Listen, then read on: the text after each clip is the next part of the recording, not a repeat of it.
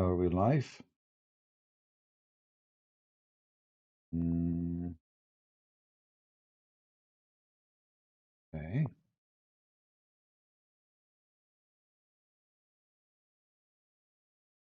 All right. I think now we are live. Do you hear me, guys? Am I heard? All right. Yeah, this round will take a little bit of time, not like YouTube. When you click live, you go live right away. This one take a little bit of time. So peace of Christ, all of you. Please invite your friends. As you see, we don't have too many here. And you know, our obviously our community in Ramble is small because not too many people knows about where we are. In the same time, not too many maybe people are addicted to YouTube. But it's okay, you know, at least here we can make our videos can stay, and it's good to have a small community, and then people they can download the videos and share them. You know, today we are going to expose other side of Islamic religion. You know, if you ask Muslims about Islam, they will say to you, Brother Sitar, Islam is the fastest growing religion. Okay, what? Islam is the fastest growing religion, right? But this is when they, you know, they try to promote themselves. But when Muslims they have their closed room, the story is different. And I found this video actually. I did not find the whole video. I found only a very short part of this video.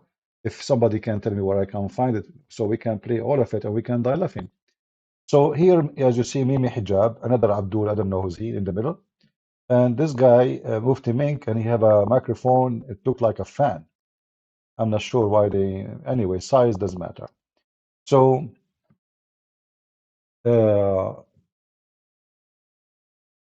let us hear the conversation and see what Mufti Menk is saying to Mimi Hijab. As much as we say Islam is the fastest growing religion in the globe, I want to tell you something that I've studied. I've studied. Okay.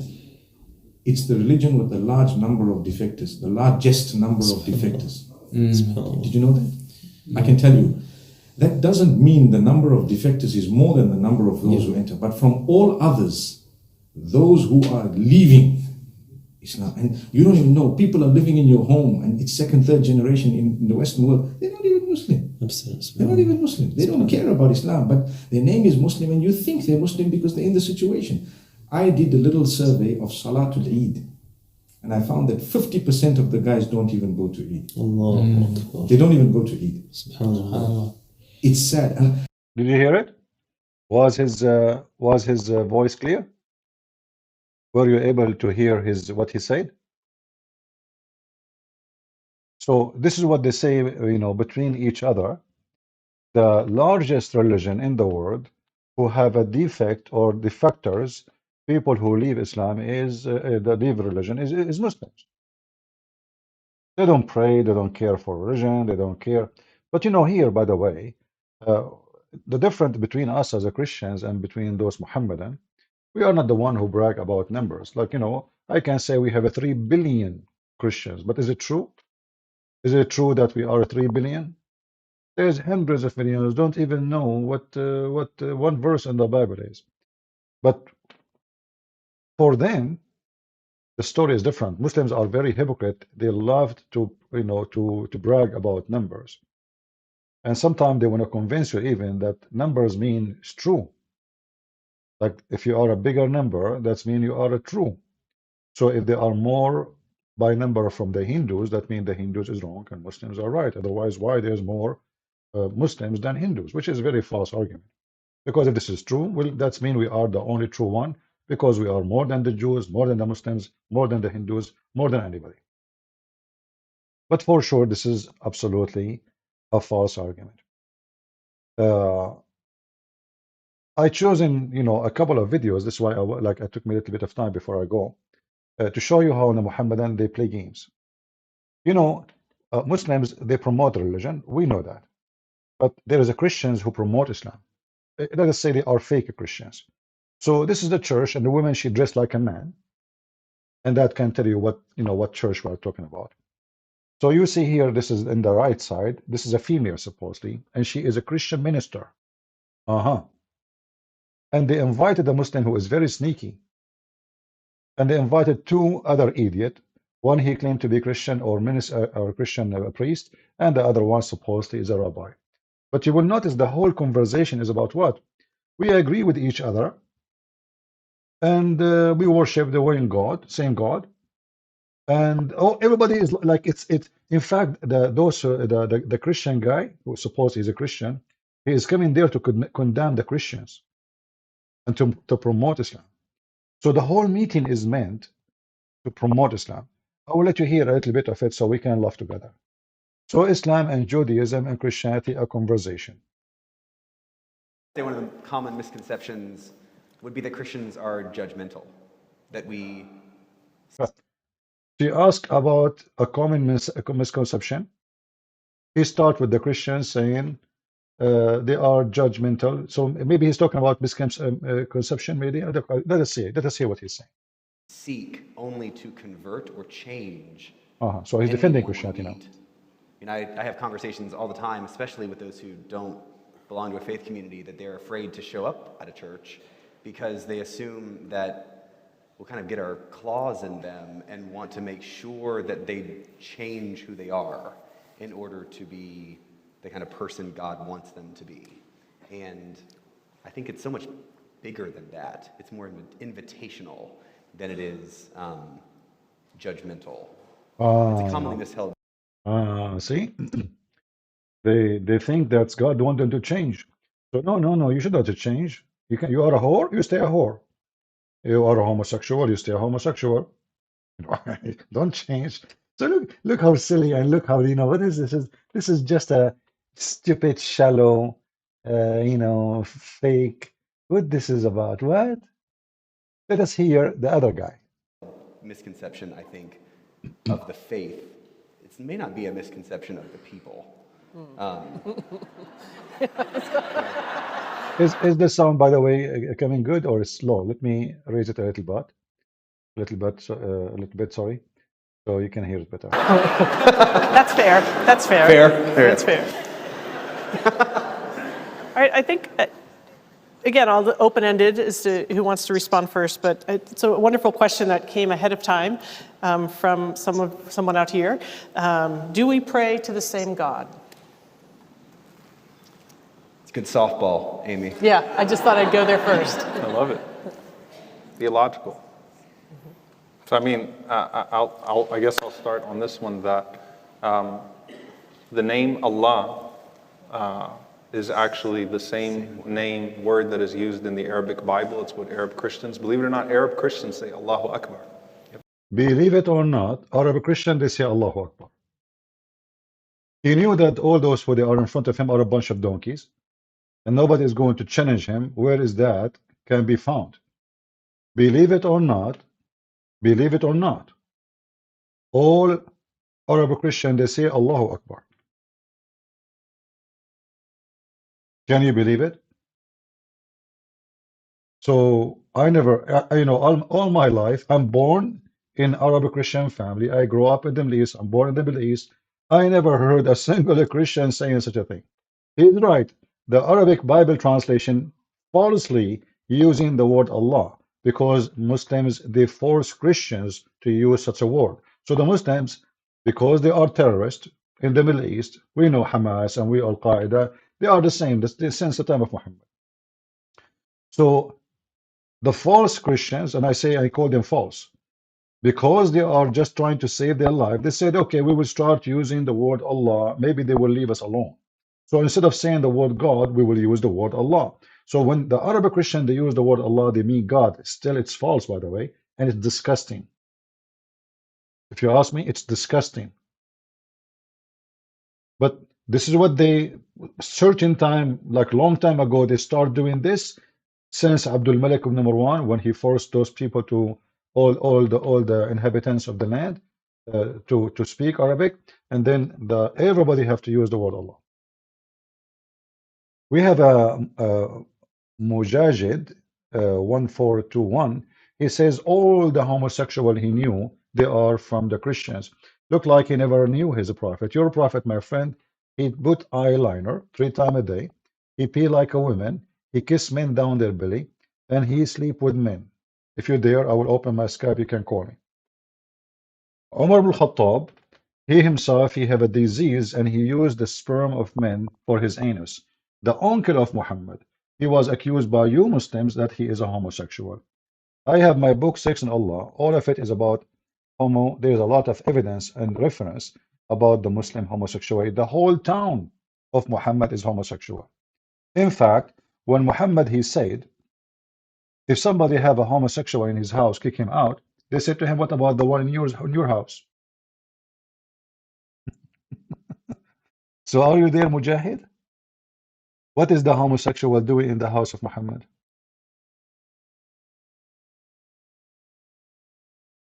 In the same time, you're a prophet, he promised you to have sex with men in heaven. I will open my Skype because we don't want to waste opportunity. If Mr. Mujahid, he have the guts, maybe he is not a man, we don't know. I mean, he is from those, weirdo, who he think he is a man, but he's not. So he called himself Mujahid, but in fact, he's a Mujahida, he's a girl. So if Mujahid is a man, he will call me and he will prove me wrong. All right, my Skype is open. So here we hear this guy, he said that you believe it or not, the Arab Christian, they say Allahu Akbar. Let us say for the sake of argument, the Christian God name and the Muslim God name is the same. Is that the reason not to have the same God? The word God in English, used by everybody. Muslims, Hindus, Jews, Christians, anyone, agnostic, potato, tomato, everybody. The same word, God. But does that mean that we have the same God? No. Allah, for the Muslim, is a name. When the Arab Christian, they are using that word, which is falsely used, as I said, they are saying God. They are not naming God. If you ask anyone, any Arab Christian, what is the name of God? He will not say to you Allah. He will say to you Jesus. Do you Muslim worship Jesus? So if we have the same God, then you worship Jesus. Do you worship Jesus? If we have the same God, then your God Allah is a spirit. Do you Muslims have a God who is a spirit? If we have the same God, then we should have the same heaven. If we have the same God, we should have the same ethic. Do you even Muslims have ethic? You have zero ethic. So here they bring you the sneaky man who is, he give you a nice smile, and and he knew that those blue eyes people, they have no idea, they are plain. He can lie to them and they will agree and they will shake hands and everybody is happy and that's it. It's a party for Muslims. Which means God is greater. Allahu Akbar, I mean, God is a greater. You see how they lie? So Allah is not a name now? And look what he just said. Did you hear what he just said? Which mean God is a greater. He was talking about what? He was talking about the Christians, the Arab Christians. So you just say that the Arab Christian, they are not naming God, they are saying God is a greater, which is, by the way, false, because we never use the word Akbar. You will never find one single Christian. Go and tell me which. You have all the videos on YouTube of Arab Christians have their service. Go and find me the priest who is saying Allahu Akbar. If he do that, they will kick him out of the church. So they lie, and he knew that those potatoes, none of them he knows what he is talking about. And I wanted to bring this to you because this is one of the major reasons of defectors. Why Muslims they defect from Islam? Why they leave? Because later they notice that their own leaders, sheikhs, are a bunch of liars. You see, now he lied to us and he lied to you. But sooner or later, people will find out that he is a big fat liar. So what will happen then? People will leave.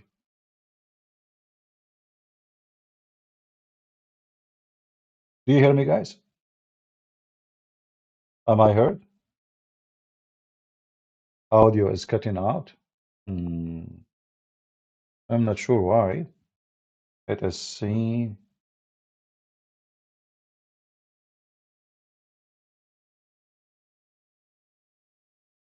Is it choppy? Okay. I don't know, maybe we need to change the setting of this program. We'll have patience with me in case it's, yeah, maybe not from my side, I'm not sure. We will see.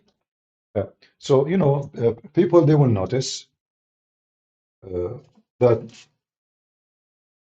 let us say you convert to Islam today, and you stayed as a Muslim for, let us say, 10 years. I don't know how long it's going to take you before you find out the truth. But when you find out the truth, what you will do? You will leave Islam. And the same for the ones who are even born in a Muslim family, especially if they have a freedom. This is why Mufti Menk was talking about that you have a sister, you have a brother inside your house. You think they are Muslims, but in fact they are not. You think that they are Muslims, but in reality they are not. As we say, Islam is the fastest growing religion in the globe. I want to tell you something that I've studied. I've studied. Okay. It's the religion with the large number of defectors, the largest number of defectors. Did you know that? I can tell you. That doesn't mean the number of defectors is more than the number of those who enter. But from all others, those who are leaving Islam, and you don't even know, people are living in your home, and it's second, third generation in the Western world. They're not even Muslim. They're not even Muslim. They don't care about Islam, but their name is Muslim, and you think they're Muslim. They don't care for Islam. Nobody cares for Islam. The one who have a problem with the sound, maybe you can download the app of Ramble. Maybe your browser is not doing good. So you can download the app of Ramble, and that will make you see the video in better way. All right? So a lot of people live in Islam. There's a video of Mufti Menk speaking about why he is a Muslim, or why we are a Muslim.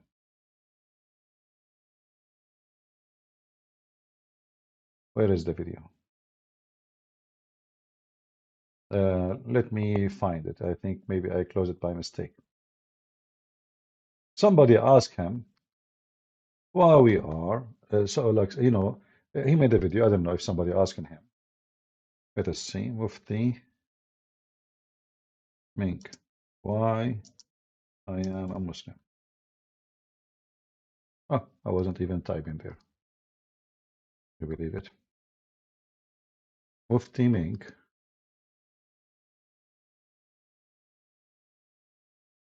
Why I am Muslim.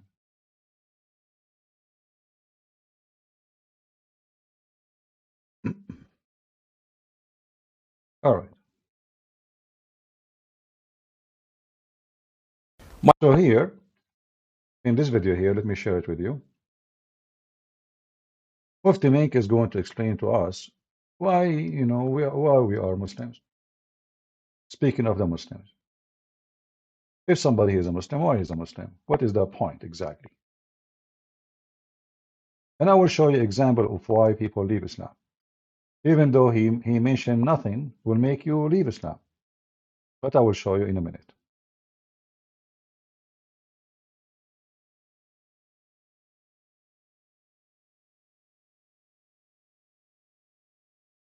So this is Mufti Menk in the front of us. And let us hear together what he is saying. My brothers and sisters, a question that we may be asked: why are you a Muslim? Why is it that you have chosen the faith of Islam? Many people born Muslim have probably not even thought about it.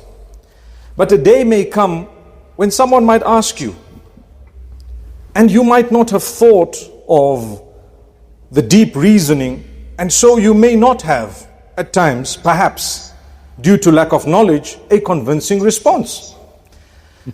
And if you have embraced the fold of Islam later on in life, mashallah, congratulations. May Allah bless and grant goodness not just to you, but to all of us. And may Allah bless humanity at large and guide us all. Ameen. For sure. Ameen. But we need to know, when we say La ikraha fid deen, repeating the verse of the Quran, the words of Allah, there is no compulsion in deen, in the religion. What does it mean? It means no one can force you to enter the fold of Islam. Did you hear it? Did you hear it? Nobody can force you to enter the fold of Islam. Do you see how they lie? So isn't it Muhammad, he says, I've been commanded to kill all mankind until they say there's no God but Allah and I am the Prophet? They will not tell you that this verse is abrogated. It's not valid. If somebody will not leave Islam, we will kill him. This is number one. Number two, the Prophet, he command to fight and kill anyone who will not convert to Islam. Now, let us go to Zakir Naik, peace be upon him. Do the Muslims have one religion? Or they have like different religion? This is Zakir Naik, the same, but the question is different. The title says, if there's no compulsion in Islam, then why, if a Muslim leave Islam, we put him to death? We just heard the other guy saying, remember, nobody forced you to convert to Islam.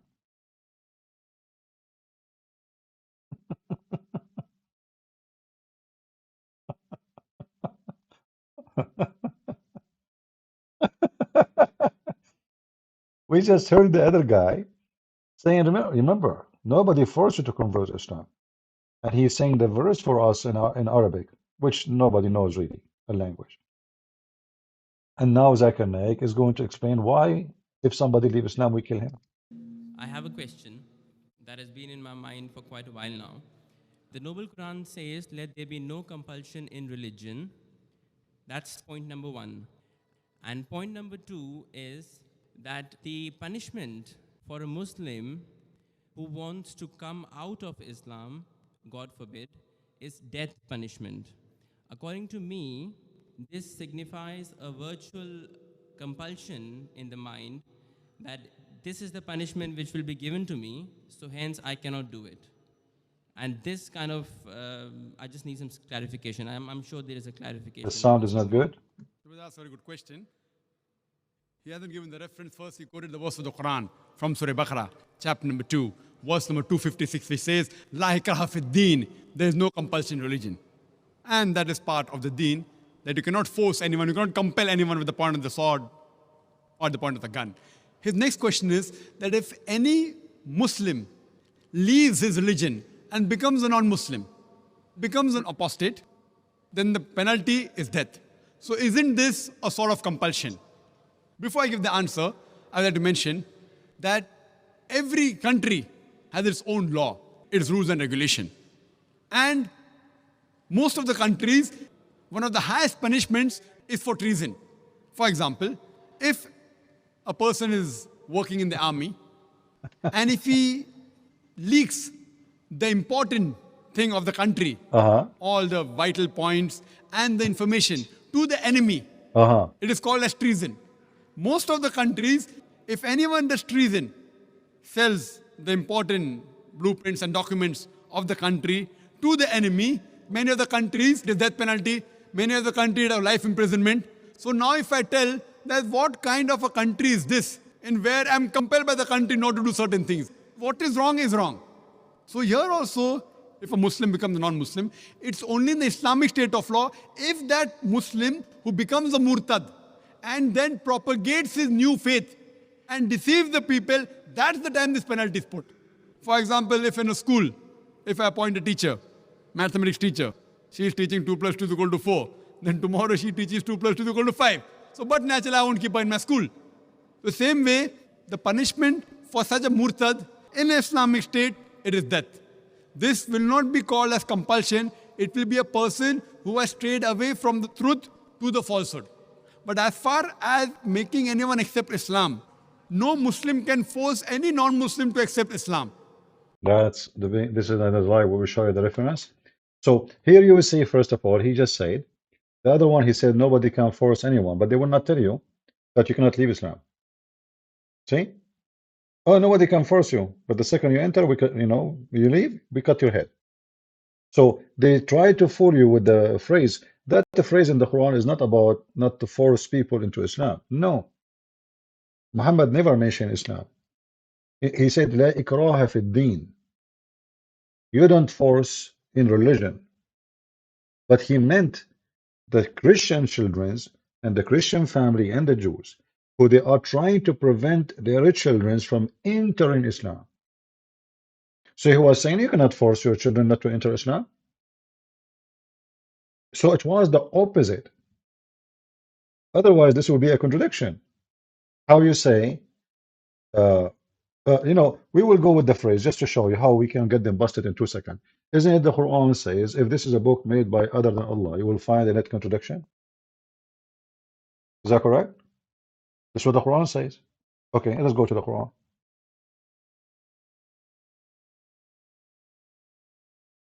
The Quran says, fight and kill everybody until the religion only is the religion of Allah.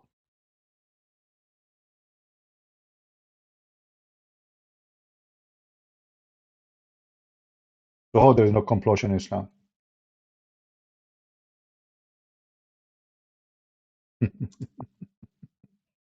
If this is true, that means this is a contradiction and the Quran is false. Because both they cannot work. Fight them until there's no more fitna. What is that? No more disbelief, i.e., worshipping other beside Allah. Do you see it? The word fight them, by the way, here is coming from qatilu, which means kill them. Fight to kill. So fight them until there is nobody believe except in Islam. Do you see it?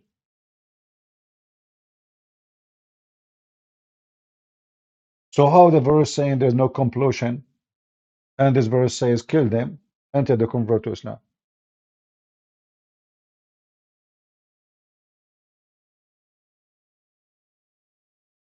Fight doesn't mean literally. It means work against them. Thank you, Mujahid. So your prophet, when he was killing people, he was using his umbrella or his toothstick. I mean, the guy, he went in war. He told his followers, attack the Romans so we can get the blonde diggers. And then Mujahid, he says to us, no, there's fighting doesn't mean, that. It means work against them, work against them. Idiot. I'm an Arab. I am not, a blue-eyed American or German. You can fool with those stupid things and you tell them metaphorical. The prophet, he say penis, you say to him it's metaphorical. The prophet, he say vagina, you say to him metaphorical. The prophet, he says anus, you say to him metaphorical. Anything, metaphorical. It doesn't work this way. We have all the history of your prophet. He killed millions of people.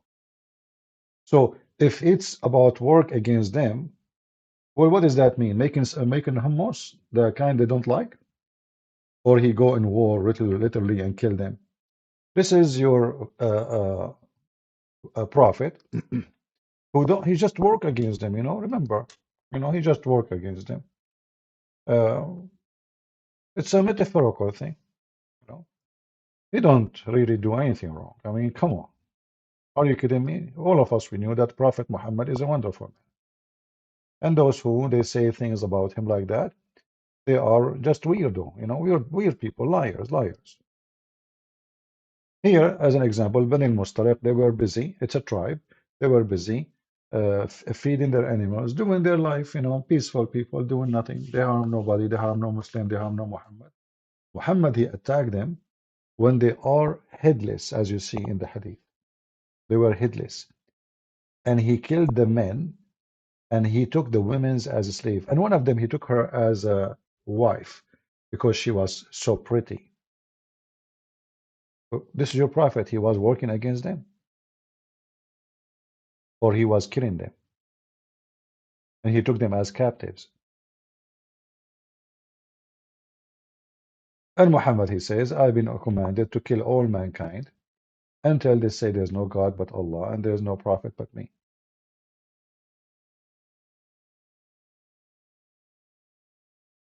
Yeah, Mujahid. Guys, it's not necessarily to kill. Well, if this is true, show me the proof. I have no problem with you saying whatever you want. Call me and show me the proof. Don't give me a speeches. You're a prophet. He killed anyone. Muhammad, when he was weak, he was a potato. You cannot force them to convert to Islam, But then when he have an army, then he start killing everybody. So Muhammad without an army is a potato. Muhammad with an army is a wolf. He's very aggressive and he is a criminal.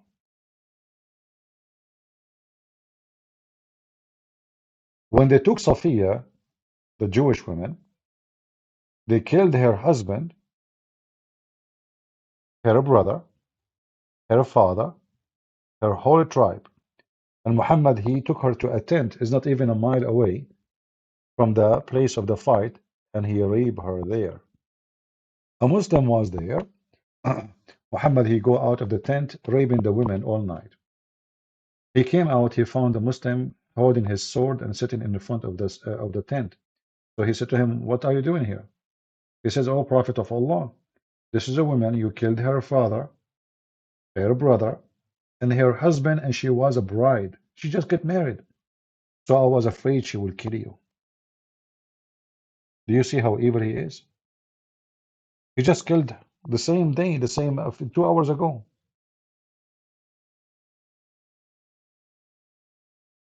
This is how filthy Muhammad is.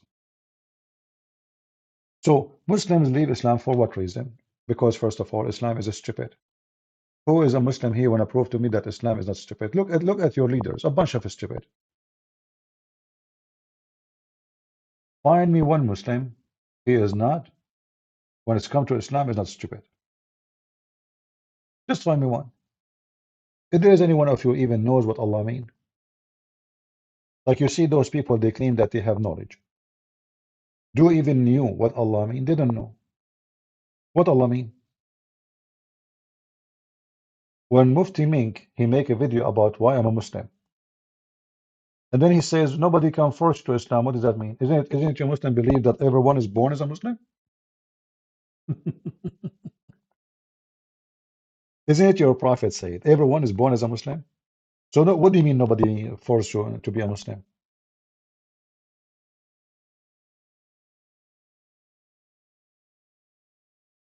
Muslims believe in destiny.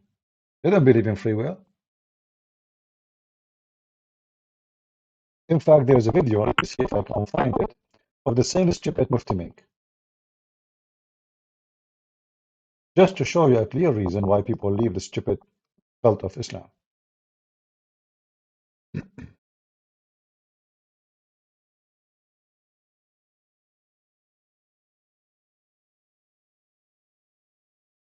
When you hear it, you will notice that this cannot be considered a religion for a second.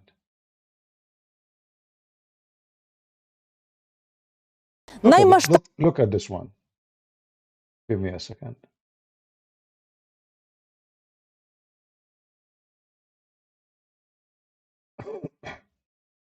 So here Mufti Menk is supposedly going to help us to understand Islam. How? Listen carefully and laugh.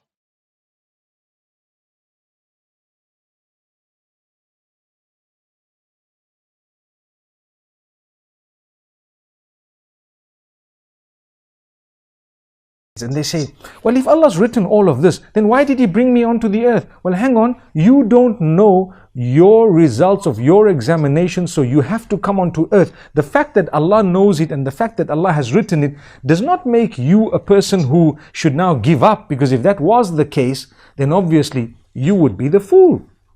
Look what he just said. What he said now contradicts what he was saying 2 seconds after. He said, well, a person asking, well, if my destiny is written already, so what's the point of all of this? He said, no, you do not know the result. Allah know it. The fact that Allah know it, Allah written it, that doesn't, you have to come to this earth. But okay, no, you didn't answer the question. If it is destiny, why even I want to believe or not to believe? It's destiny anyway. If it's my destiny to believe, I will be a believer. If it's my destiny not to believe, then I will not be a believer. If it's my destiny to be a thief, then I am a thief. If I am my destiny to be a killer, then I will be a killer. And now look what he would say. He will give you an example of destiny in Islam. And then you will see that this is the religion of stupidity. Listen carefully. A man came at the time of Umar ibn Khattab radiallahu anhu.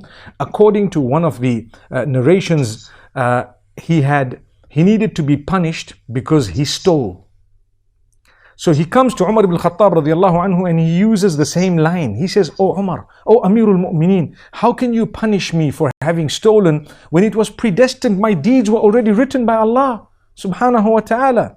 Now that's quite a good argument if you were to look at it. Umar. Did you hear what he said? Did you hear? Those are your wise men. People, did you hear what he said? He said, he said, well, why I will be punishment if it's my destiny? Did you hear it? Why I'm going to be punished if this is something I have to do? It's a destiny. And then Mufti Menk, he says, if you want to listen, if you want to think about it, it's a good argument. He didn't say this is stupid. He didn't say this is false. He said, this is a good argument if you want to think about it. Let me play it again for you in case you were not focusing. Subhanahu wa ta'ala. Now that's quite a good argument if you were to look at it.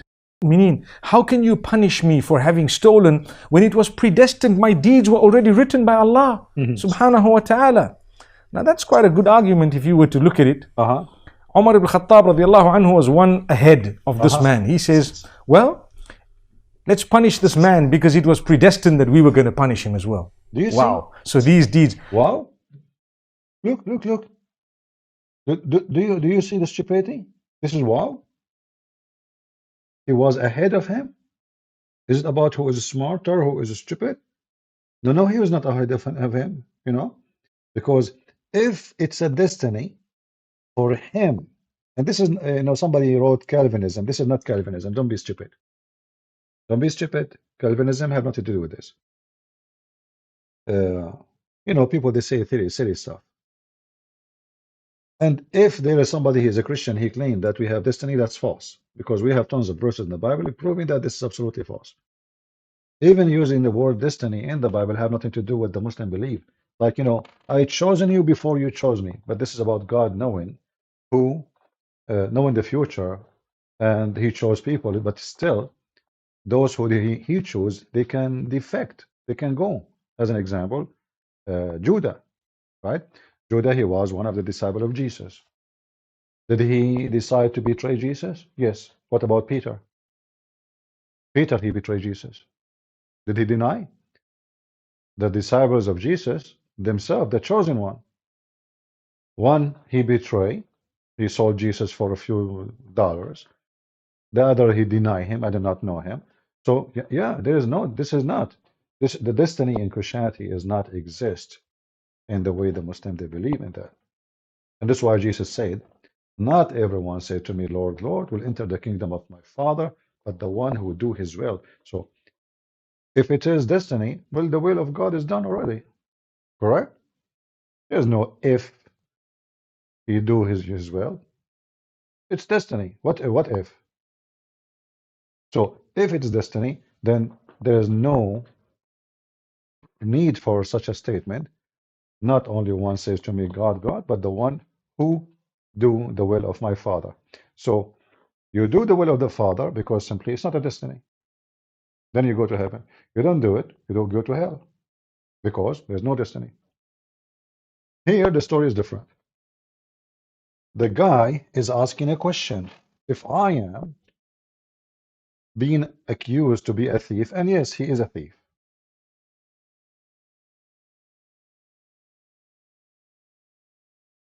So why I'm going to be punished for being a thief, which Allah destined for me to be a thief? And Mufti Menk, he says this is a good argument. So it goes to show that you cannot use as an excuse the fact that Allah has predestined things for you to either give up or to do as you please or not to do things. What do you mean, you just agreed that the guy is a thief because Allah predestined for him to be a thief. So how he is a criminal then? Who is the criminal? The criminal is the one who made him do it.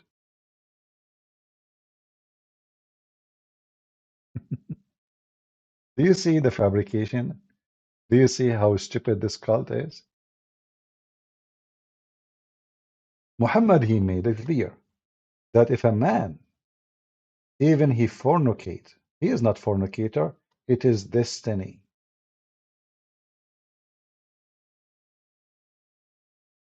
Allah, He wrote for every man how much fornication he will do.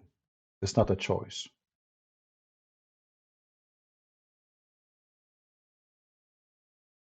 As you see here.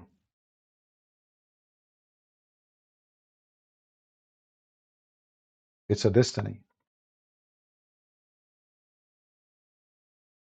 Verily Allah has fixed the very portion of adultery which a man will indulge in, which he of necessity must commit.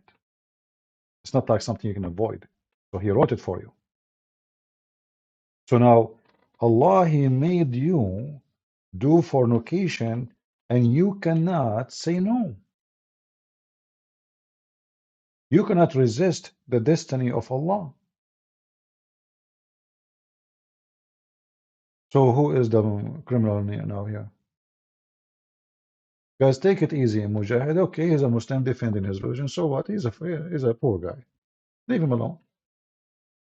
And Mujahid, if you would like to call us, please join us. I will be happy to have you. My Skype is open. All right? Take it easy, my friend.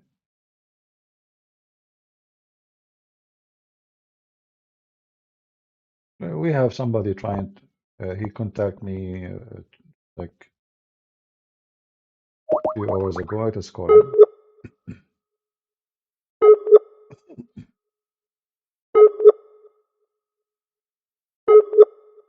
Maybe he's not online. Okay.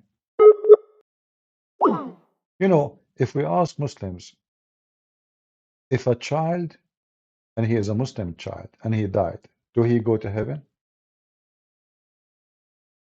Any Muslim can answer me?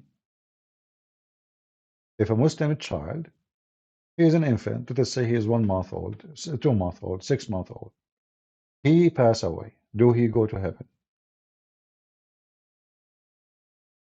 Any Muslim can help us?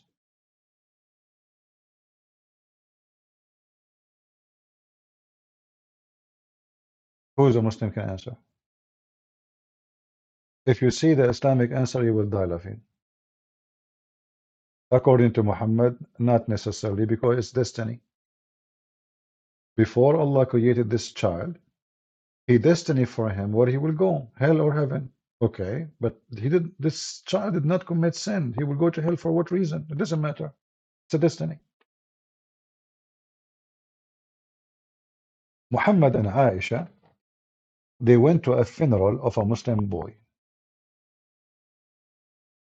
When they came from the funeral, Aisha, she said, well, happiness to this child, he will be from the birds of heaven. For he did not reach the age of sin and he never commits sin. So Aisha, she understood, as we understood as a Christians. If a child, Jesus, he said, if you don't become like those little ones, you will not enter the kingdom of my Father. Which means you free yourself from sin. So Jesus right away promising the children to go to heaven. When Aisha, she said that, Muhammad, he said to her, don't be stupid. It might be the other way. And the reference in front of you. We have a guy, his name is Kevin. He is quoting for us from the Old Testament. You will hunt down your enemy and you will kill them with your sword. Okay, and so and what the problem?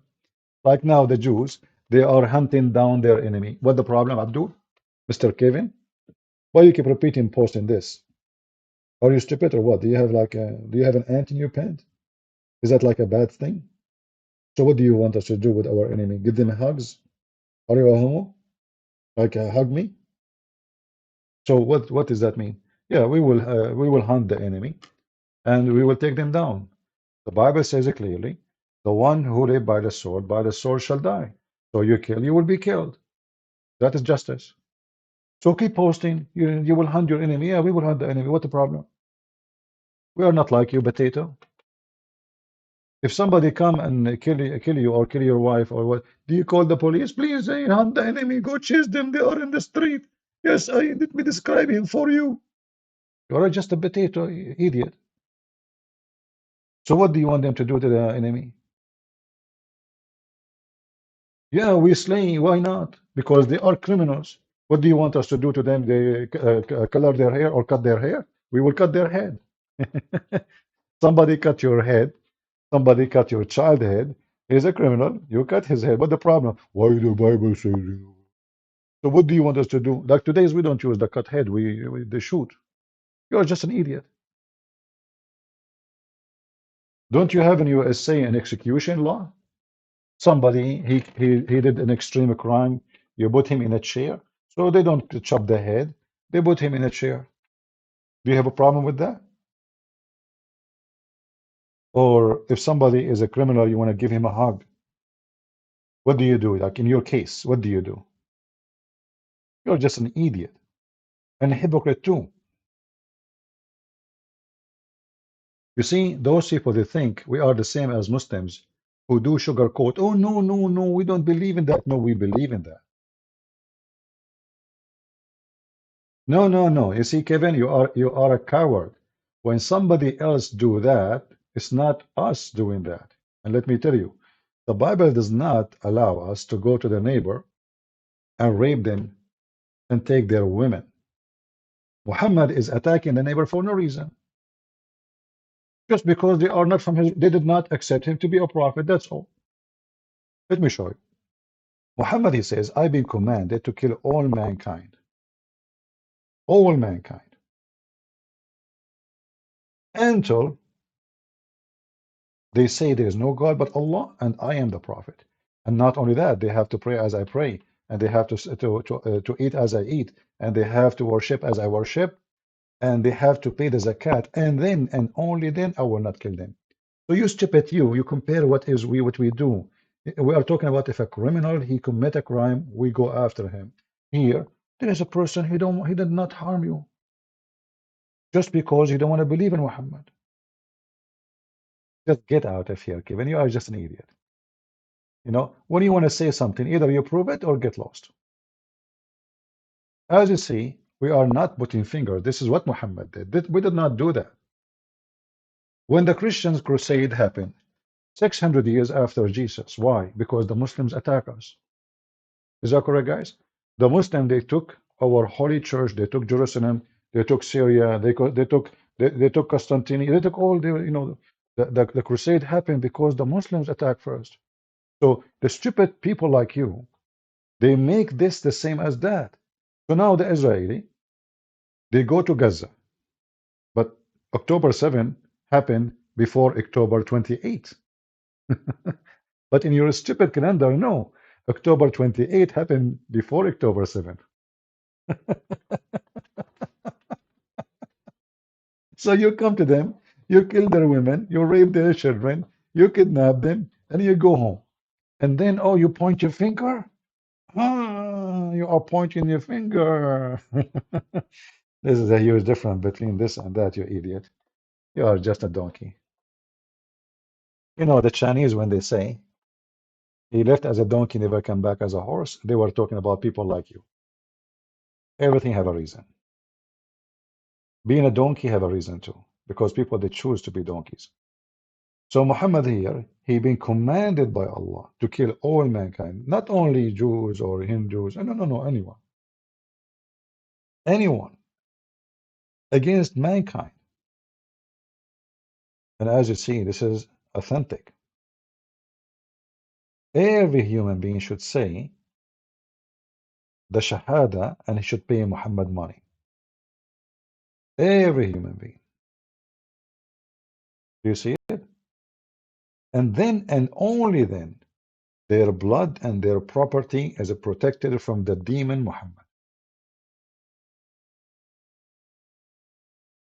Do you see it? So what is the crime those people did? Nothing. They just don't want to believe in Islam. And because they don't believe in Islam, the result of that, we want to kill them.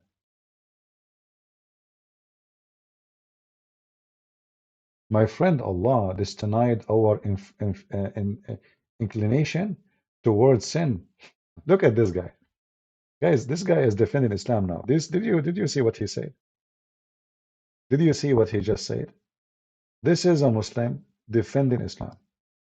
He's not attacking Islam, he is defending.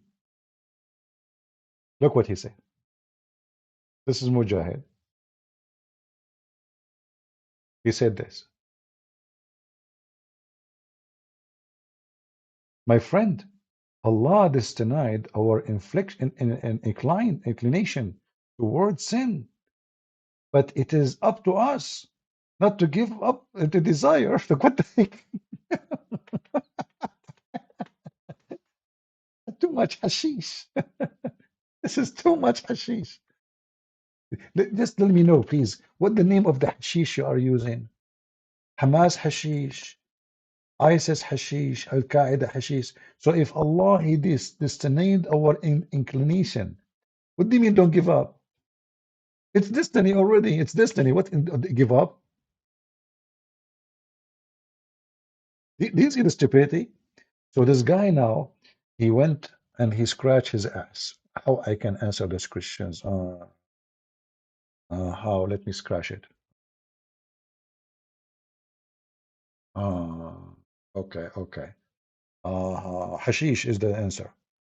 So if it's destiny, that means you have no choice. So what kind of religion you don't have a religion, you have destiny.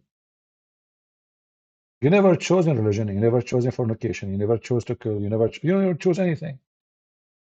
You never even chose to write the text you have right now. It's according to Islam. You said that because Allah destined that for you. And I am saying what I'm saying right now because Allah destined that for me. How stupid this cult is. Do you see why we say Islam is the most stupid? And this is why Muslims leave Islam. The second they start asking questions, serious questions. The Muslim, when they try to explain to you Islam, they start talking about silly stuff like we pray 5 times a day and we fast Ramadan. Alhamdulillah, it's a beautiful month, brother. We eat a lot, we get fat, brother. My wife ass get like 10 kilos extra in Ramadan. So I can grab her easy, brother. Even her boobs get bigger, brother. All Muslim women in Ramadan, their boobs get bigger, brother. Alhamdulillah. It's true that my pocket became bankrupt because Ramadan food is so expensive. But Ramadan is a religion, brother. Well, there's nothing except about sex and food and having sex with the children and to hate your neighbors. This is why you will not find one Muslim country is a good place to live in, especially if they practice the true Islam. If they practice the true Islam, the country is messed up.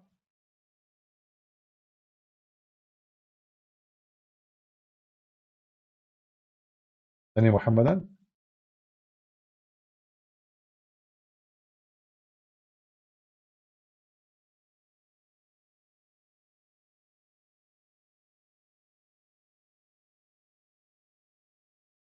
Thank you, Babylonian Ox. Do we have any Muhammadan? I suggest you to look up combatism. I do not need to look up anything. I saw enough stupidity, my friend. So do you believe that when you use your penis, is it destiny or not? Very simple question. Is it a destiny according to your religion? When you take your penis from the zipper and you use it with a woman, is that what Allah He forced you to do or it was your choice? I'm making it simple.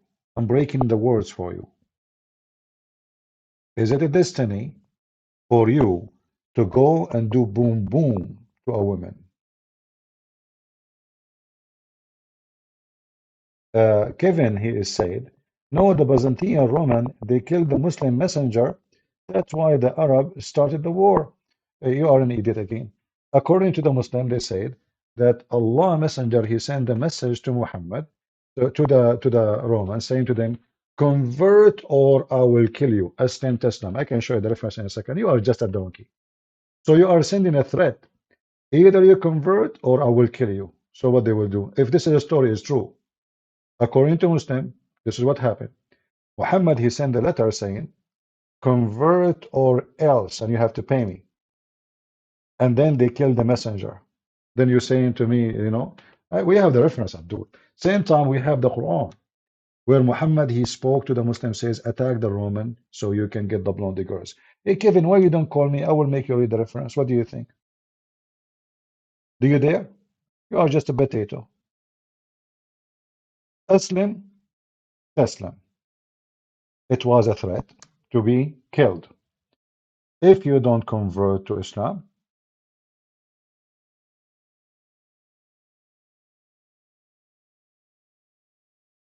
we will kill you. Aslim Taslim.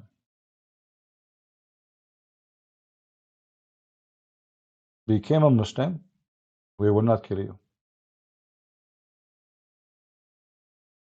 See it? This is the story here. Same time about killing Dahya al-Kalbi, it's a lie. The messenger is Dahya al-Kalbi, and Dahya al-Kalbi was not killed by the Roman. However, even if it's true, it's sorry, it says here, convert and you will be safe. From what? From my hand. That's why he said, I've been commanded to kill all mankind until they say there is no God but Allah and Muhammad is his filthy prophet. So the message in front of me, he says, he said to him, Aslim Taslam. You see, the Muslim translation, they lie, but here in Arabic it's so clear. Aslim Taslam mean, convert, you will be safe from the hands of Muslims. Do you see it? Come to the protection. I call you to Islam. If you become a Muslim, you will be safe. Do you see it, guys? People, do you see it? Is that a threat? Or this is an invitation to convert? I call you to Islam. If you become a Muslim, you will be safe. It's in the front of you.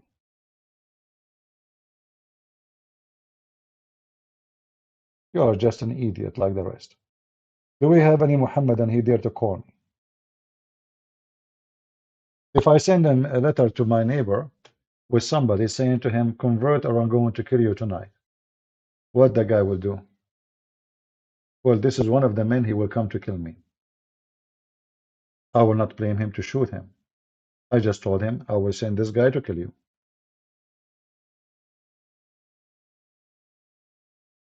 Do we have any Muhammadan? Who is a brave Muhammadan dare to call me?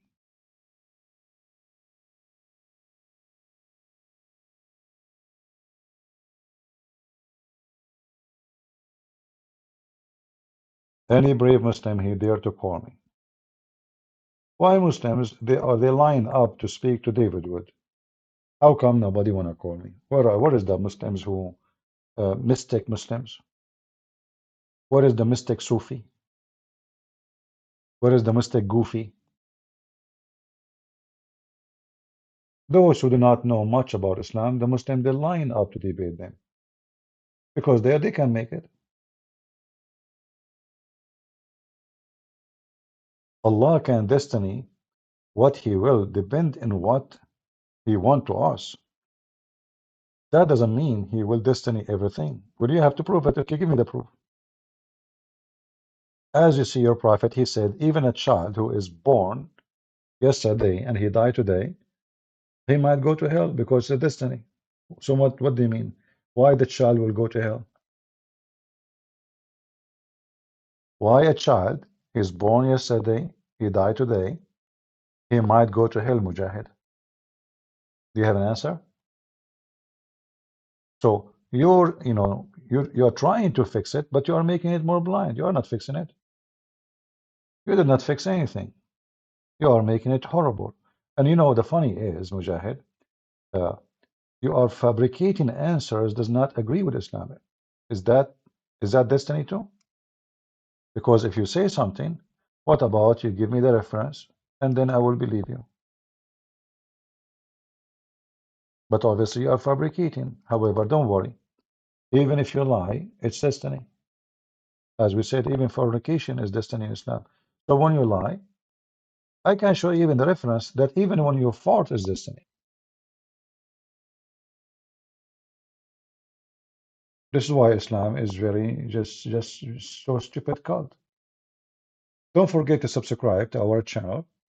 In case you do not know me, I'm a Christian Prince.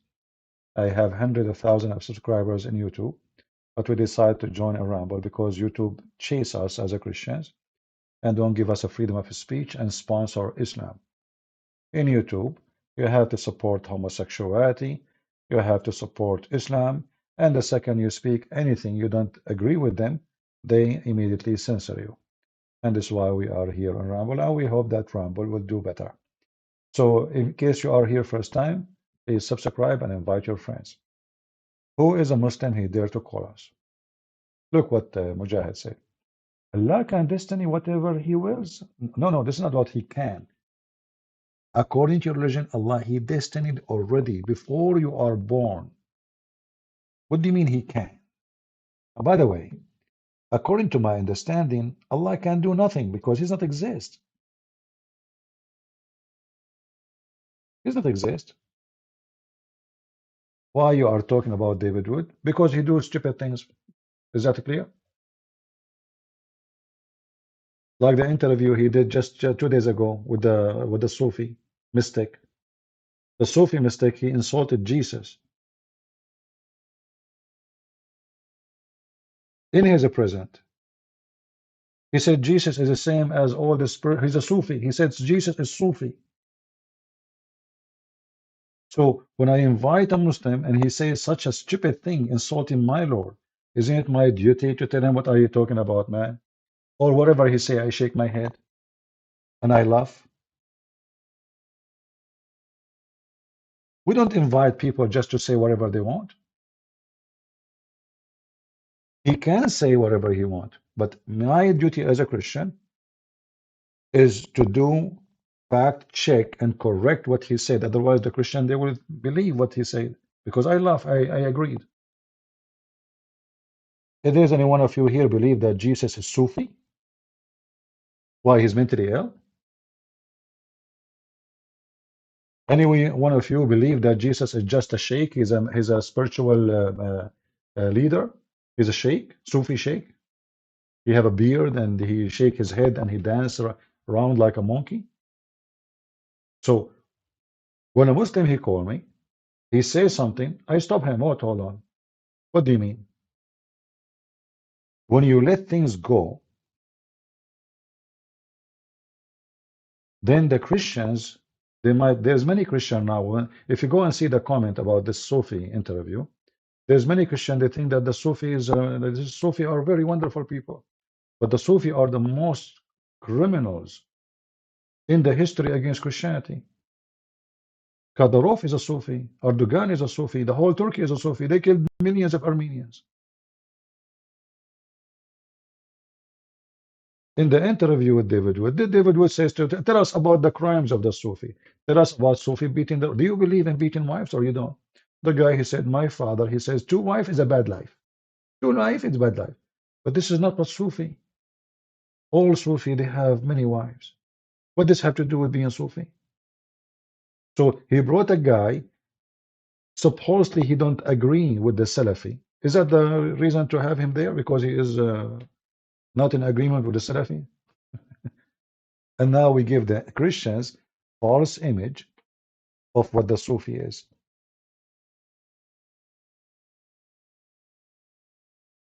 So I don't like what those people do. I'm just, do you want me to sugarcoat? Just because he's a Christian, I agree and support what he's saying.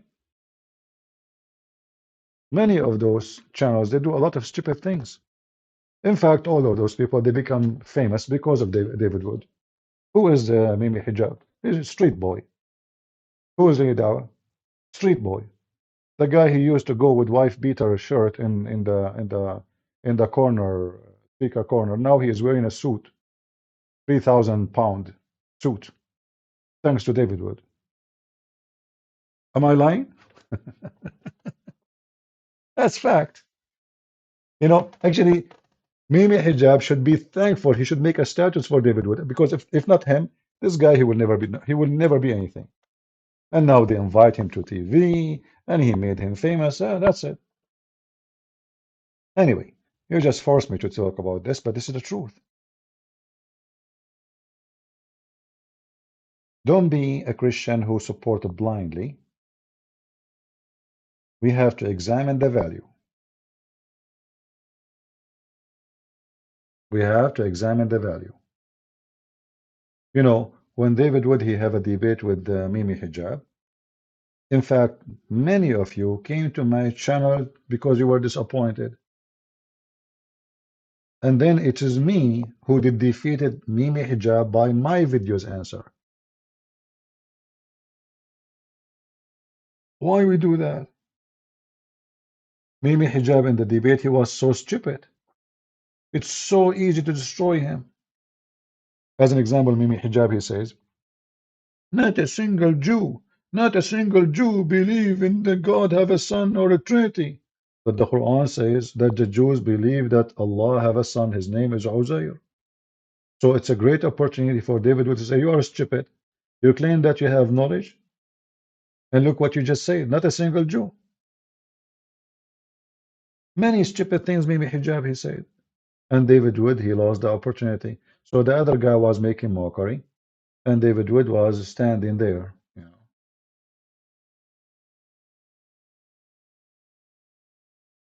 Mimi Hijab is a bully. He's a street boy. He's a trash. So when you debate with a trash, you have to be ready. You don't, why you want to wear a suit? You are debating a trash. So get ready for a trash talk.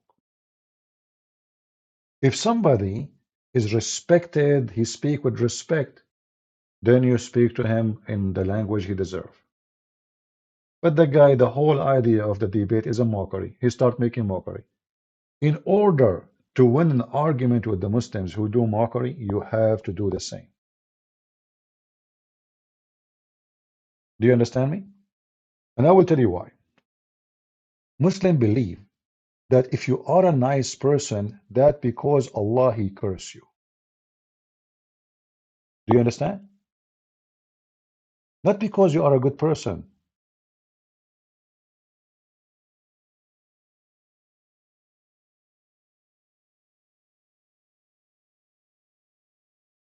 So you should be nice with everybody, but not with someone who believes in Islam.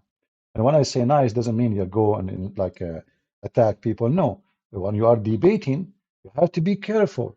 Those people believe that Allah cursed you, and Allah He made you accept humility. So people mock you, and because you are cursed,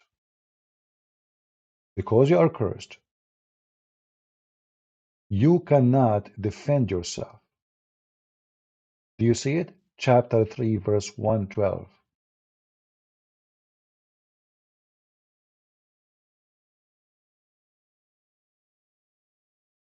So when a Muslim mock you, and you try to be a Christian like what Jesus told you, like, you know, the one who hit me in the right cheek, give him the other one, right? That's what Jesus said. Not in this case. In this case, those people, they will think wrong about you. They will think, oh my God, he cursed them, and he made them accept to be under the humility, under our shoes. We make fun of them, they don't even dare to answer. Because this is what is written in the Quran. Even though the translation is not right, but we can change the translator to show you. So Allah, He put that on you. Destruction, humility, disgrace.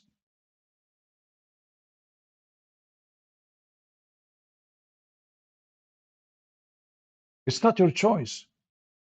So when you are nice, they will not say, oh, this guy is a nice Christian. No, they will say, well, Allah, He made them this way.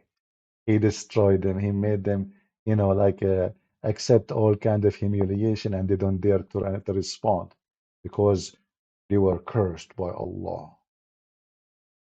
That's why the Muslim, they come to me, hey, Christian Prince, how come you are not acting like other Christians? So the Muslims, when you use their method of debate, Mockery. They ask you to become a Christian. This is not how a Christian talk. But when you are a Christian, they mock you. Are you with me? So you try to be a Christian as much you want, they mock you. The second you start refuting them in the mockery method, which is make them look so stupid and so bad. Right away they will say they will beg you to become a Christian again. Please behave like a Christian. Do you understand, people? So when you want to debate those people, you don't respect them. I don't respect a Muslim debating me unless he deserves respect. Is that clear? Is that clear? If you watch the thousands of my videos, you will find if a Muslim is being nice, I'm nicer. Is that correct?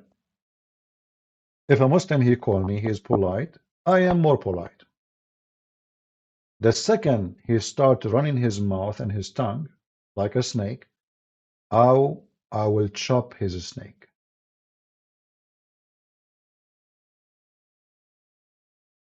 So when you debate with a Muslim, you have to listen. Is he, like, okay, if this guy, he come to debate me, Omar Suleiman, this guy is very sneaky. He speak friendly, So how we can deal with this guy? I'm not going to be sneaky. I will be straightforward. I will say to him, you are a liar. I'm not do mockery. But in a second, I will say to him, you are a big fat liar.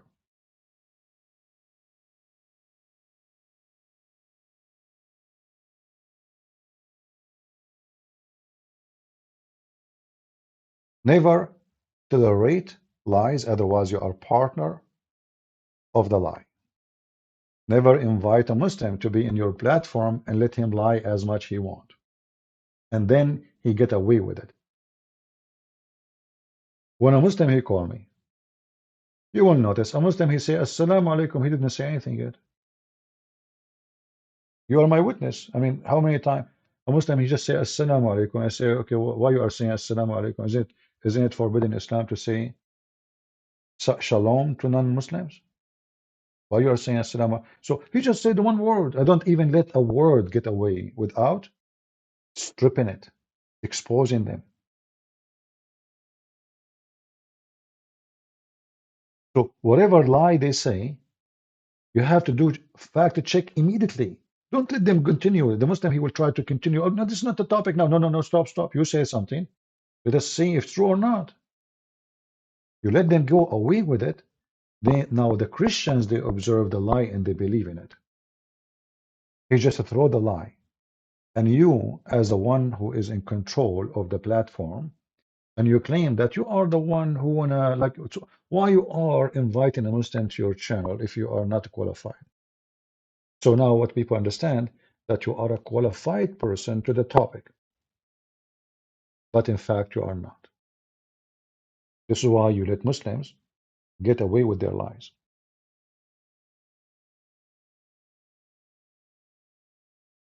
Do you remember the guy, Perfect Dawah? Perfect Dawah, he go to every Christian channel, every single one of them, because he's trying to promote his channel. And he's doing the right thing. You go to David Wood, you will be promoted. That's very clear. In every Christian channel, not even one of them, he got him busted. In my channel, the guy was demolished. I don't want you to judge just by saying, go watch. Open the same, even he have the same words he say. Watch what he say here. Watch what he say there. Watch he say there, and watch what he said with me. Perfect Dawah, he became a perfect potato chip when he come to me, and he will never do it again.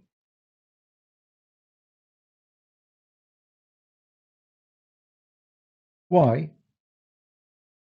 He made a big mistake by coming to me.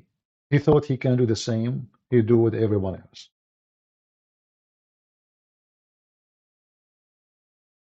So I advise the Christians, never respect someone don't respect you. Once I was sitting with the lady, and she's an accountant actually. She's a professional and her husband with her, and she is Jehovah's Witnesses. And she starts saying to me, oh, please, please, please, I respect your faith. I said, I don't respect your faith. You should see her eyes and her husband. They get scared, actually. I mean, why want to be hypocrite? When you say to somebody, I respect your belief, you're a liar. You are a hypocrite. You don't mean it. I mean, do you respect somebody you believe he is believing a lie? Are you serious? I don't respect your belief.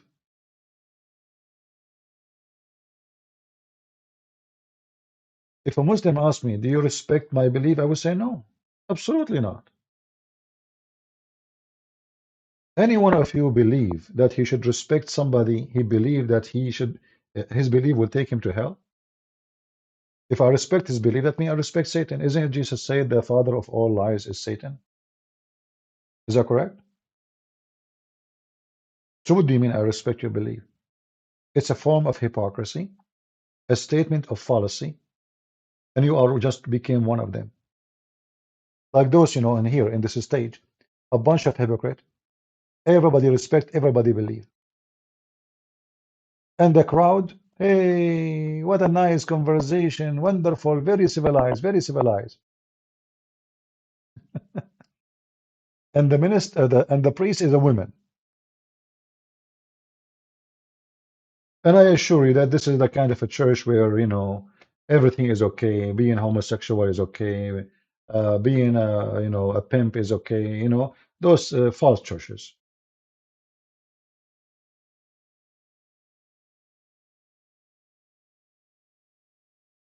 We cannot be Christians and we are part of this.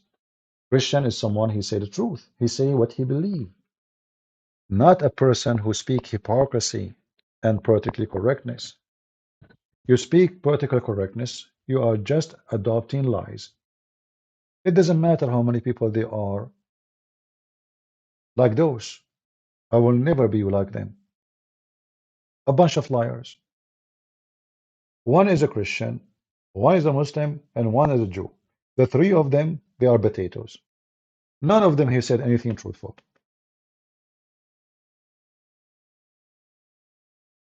Do you respect them? I don't.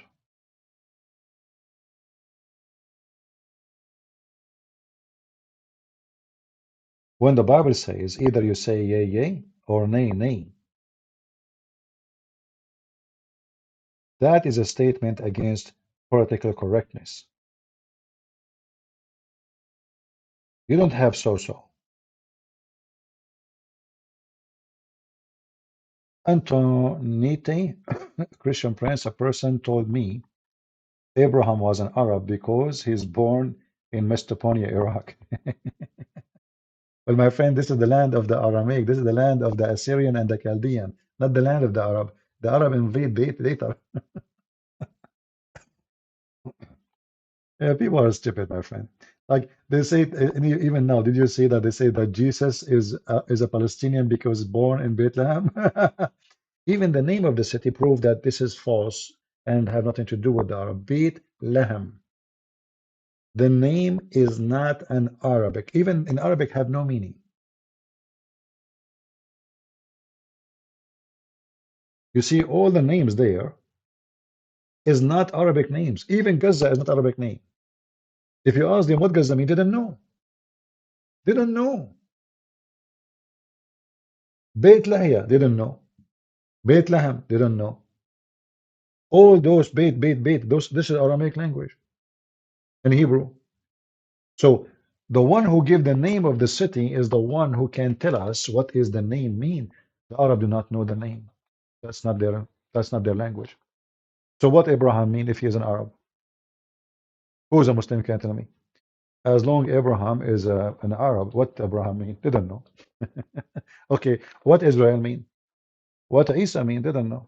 Okay, what Allah mean? They don't know. They don't know. The reason they don't know, because they are stealing a language and names. You should challenge him and you. No problem, Kevin. Bring me the one who can challenge me. I'm here for it. My Skype is open, my friend. Anyone can call me, including you. Guys, have you ever seen somebody calling me and I said no?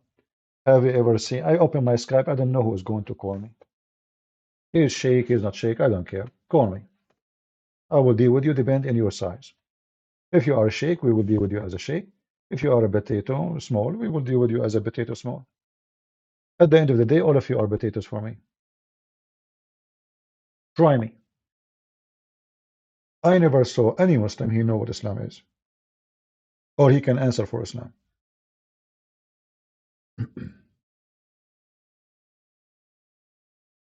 Any Muhammadan?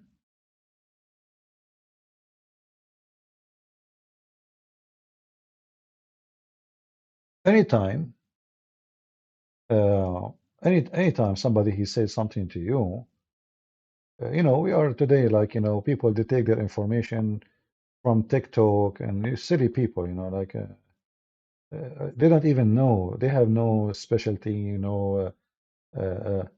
Like here, like you know, the video about Mimi Hijab and those. What is the qualification of Zakir Naik? Nothing. This is a medical doctor. He memorized some verse from the Quran, and he gave the most awkward, stupid answers for Islam. But he have tens of thousands of people listen to him. How I don't know. But I challenge you to find me one answer he gave is not stupid. And actually, most of the time, he give answers against Islam. We can accept calls from Christians, but let us give some time for Muslim to call us. Be careful, Christian Prince. They will call you Sohiyoni, Zionist. So what? They can call me whatever they want. You know, when yeah, you are talking about this guy Al-Husseini, right? So this guy Al-Husseini, he's a sneaky. When he start talking, we are brothers, and you Christians appreciate Mary, and we appreciate Fatima, and we blah blah blah blah. The second I start facing him with the truth, suddenly he start calling me name, and you are a Zionist, and etc. So never tolerate liars. Never.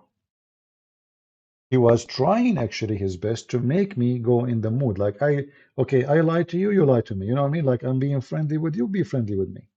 By what? What does that mean? We let us exchange lies. So you are the Christian, now your turn. Oh, we Christians, we appreciate Islam and Muslims and etc. Do you remember this guy? What his name? The rabbi who debated Mimi Hijab? Shalomi Salami.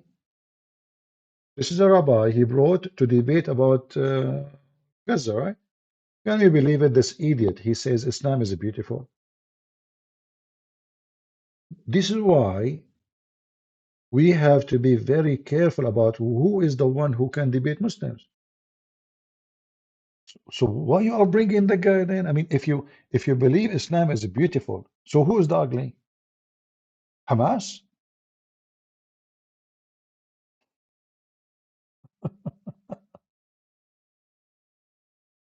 You see the stupidity? Instead of, you know, I made an invitation to I received an like let me see if I can find it in Amazon in Skype. It's an old more like after October 7. An Israeli official he texted me, but I did refuse to answer. And then I made a video, if you remember, just last week, inviting Israeli official to join us, you know, live here. Then the response came to me that because your channel is about busting Islam, we cannot be part of it. You know, this is we cannot really, we don't want to speak against Islam. So what those, if you cannot even name who is your enemy, how you can even win a war? Hamas is not the enemy. The enemy is Islam. Why Hamas they want to kill you? Because of Islam. Why somebody? Why Zakir Naik he approved suicide bombing? Because he's a Muslim. So they don't want to engage in a conversation to say the truth about who is the enemy. They just want to talk about Hamas. Hamas is bad. Hamas is terrorist. Nobody want to say that the real terrorism is Muhammad and Islam. How you can win a war? Actually, I think I blocked this guy. Yeah, I'm looking for his name. I think he has a blocked him. So, how you are going to debate them? How you are going to prove your point? By saying Hamas is so okay? Why Hezbollah is joining Hamas? Because they are Muslims. Okay, why Al Houthi is joining Hamas? Because they are Muslims. Why Iran? Because they are Muslims. Why why Muslims around the world going around against you? Because they are Muslims. This is not about Hamas. So we are in a time that even the Israeli, they don't want to have a gut and say, you know what, the real enemy is the devil Muhammad. Our problem is not Hamas. You see, so-called Palestinian, there's a Christians. When the last time we heard that a Christian Palestinian, he go and he kidnap women and he rape them? Well, they are Palestinian too. In fact, the Muslims are not Palestinian, they are the Arab. The Christians who live there, those are the native. When the Arab came, they found them there. That's why they are Christians. There's no new convert. Nobody can convert to Christianity after the Muslims come. They will kill you. How come we don't have a Christian Hamas? Today I saw a video of a Jewish woman. She was kidnapped. She was sold. You know, they say to you civilians. Civilian is the one who took her from her home with a kitchen knife, and then he took her to Gaza, and he sold her. He sold her like a slave. She watched them negotiating about how much you will pay me to give you the women.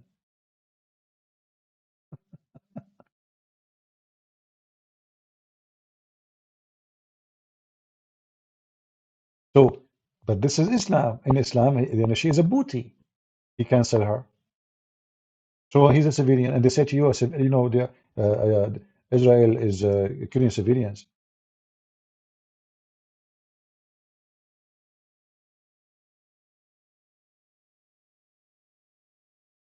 Let me see if I can find the video.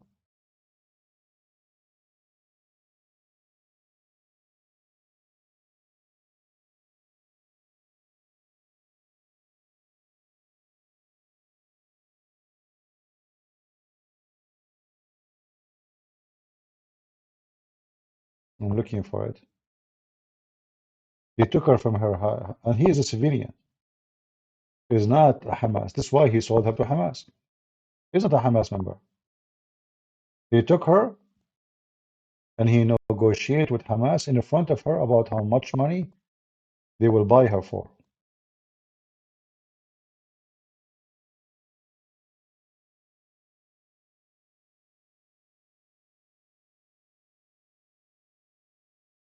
I will try to find it and make a video about it.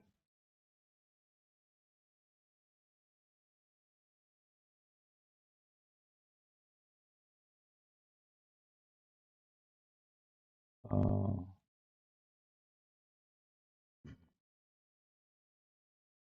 yeah, I will try to find it. And she said that the first Abdul, he entered her house. The first thing he did, he went to the refrigerator and he stole ice cream. Do you believe it? And those are the civilians. The civilian now, they enter the house of the Jews, the houses of the Jews, and they start looting. The first one who entered, she said he's about 17 years old. And she said the first thing came to her head. She said to herself, from the whole house, she did not find except ice cream. Ice cream.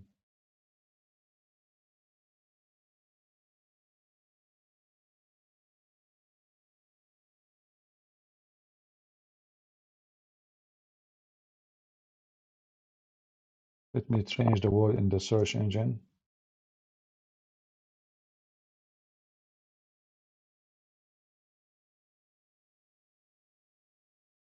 Yeah, I need to find the name of the video. I forgot the name.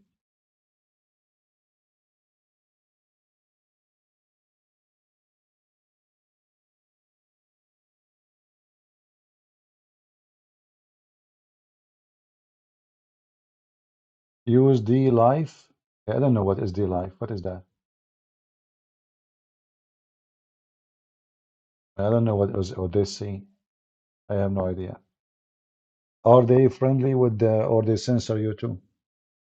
The problem is not, you know, uh, I don't know. I mean, there's many people watch Rumble, nobody complain. How come you guys are complaining? I mean, what his name? Trucker Carson, he go here, and he have hundreds of thousands of people watching. Why people they come here if it's bad? I think you should download the app instead of using a browser because it's not meant to use a browser. It's meant to use an app. Download the app and use it.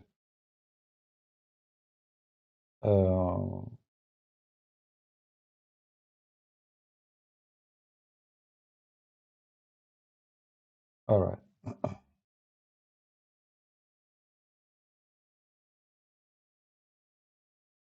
So because because we don't have people who want to say the truth, Muslims they can get away with their crimes, and that's why you have a lot of Western kids now. They believe in the lies of Muslims. They believe now that those Hamas are they don't. They say to them, Hamas don't present Islam, but the Palestinian, free Palestine. Hmm?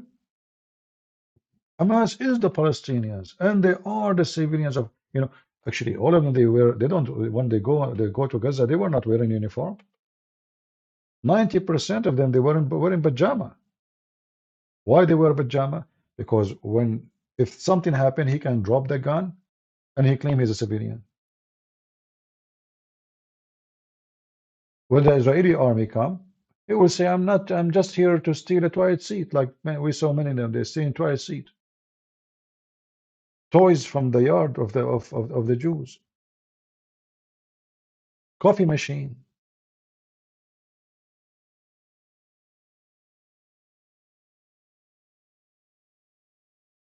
And now the Israeli, when they are going in war with those terrorists, uh, you will find that none of them is wearing a uniform.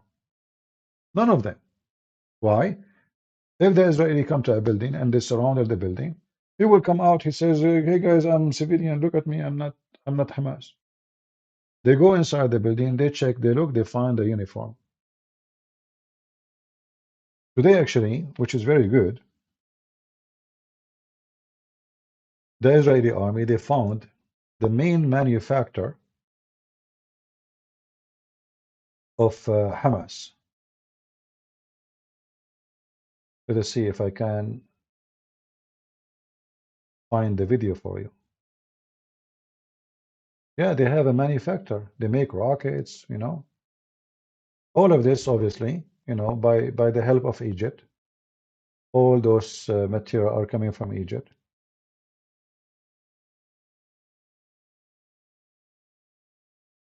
Let us see if I can show you. The problem is that the IDF media is very horrible. They have the worst media ever. They don't have really uh, very, very bad. I mean, a guy in YouTube, he can do better than the Department of Information in the Israeli army.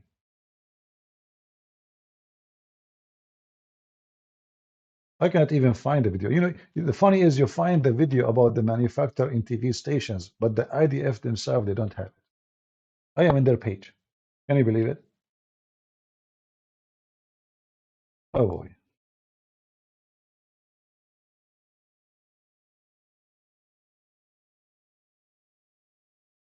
So everybody have the video except the one who should have it.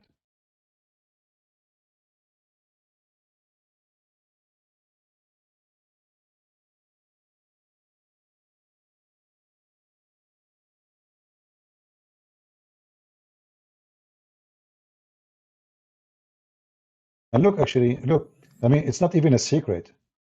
This is how stupid was the Israeli intelligence. Those people even they post videos of their manufacturer. I mean, can you believe it? It's not even hidden. What is hidden is the location only. So the Israeli army and the Israeli intelligence, they were in a honeymoon. You know, do you know like when you are so powerful and you, do you know the story of the rabbit and uh, the turtle when they go in a chase? Who can arrive first? Who's faster? The rabbit, he laughed like, what? Turtle, he go and take a nap. This is what happened to the Israeli. They decide to take a nap. They are posting those non-stop in YouTube. They post it for everybody. And the Israeli army is the last one to know. They post their manufacturer, they post what kind of machines they are using, they post what kind of weapon they are doing. And all these years, the Israeli intelligence are taking a long nap. What do you think they are preparing for what? All of this for what?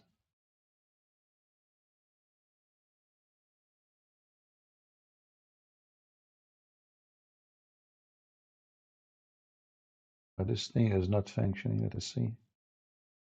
Give me a second. I'm trying to play it for some reason. It's not working.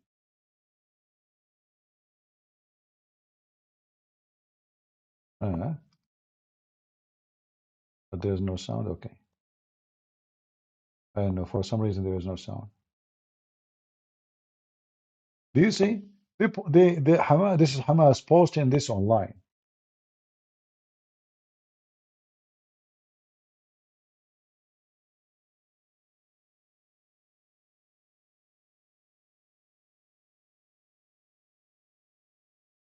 They are showing you that they are making designing long rifle. They have manufacturers, they have machines, they have equipment. They are preparing themselves for what? This is a sniper machine,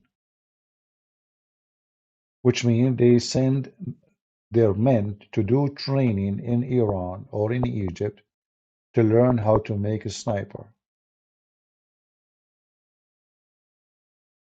I am confused why I don't get notification in Patreon when CP is live stream. Well, maybe, do you have the app of Patreon in your phone? Maybe notification is off. Go to your app management and change notification, make it activated.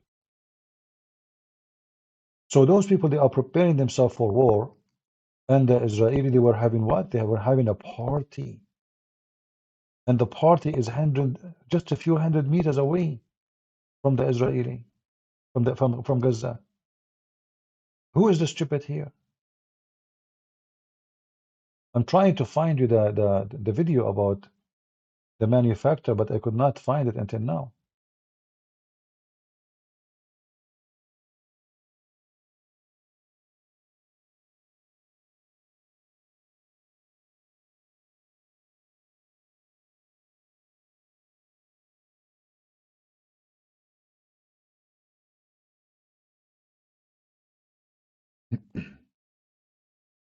Let us see, maybe this one.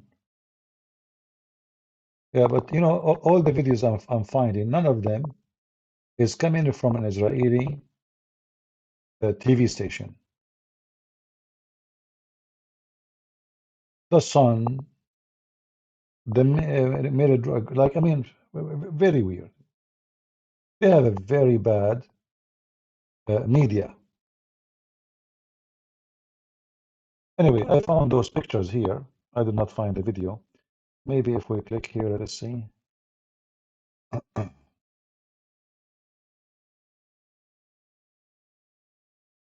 Yeah, here there is a video. Maybe there is something. Let us see. First, there is commercial. And the most funny thing about Israeli website, as usual, it doesn't matter how serious the issue, they have to play commercial for you. Hmm. And now you have to wait until the commercial is over. And now the second ad have to play.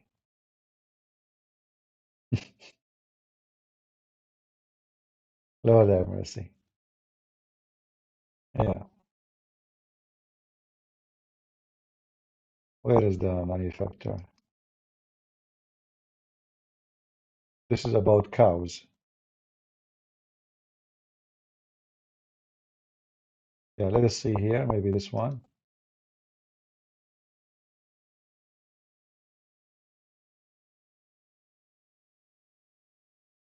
No, not this one. Forget it.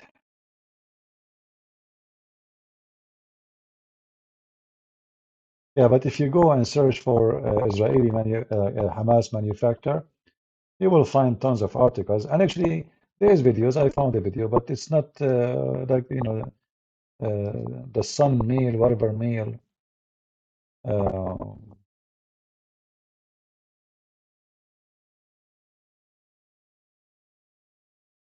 Israeli forces located underground weapon. Let us see if this one will work.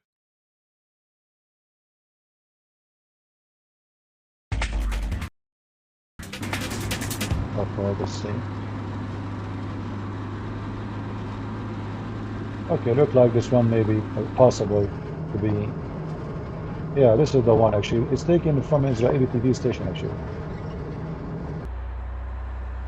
But let us skip this part, there's no need. Now they enter the manufacturer. Look at this. They are not making bullets there, they are making rockets. Look how huge it is. Long range rocket, they can go up to 100 kilometers, which means they can go all the way to Tel Aviv.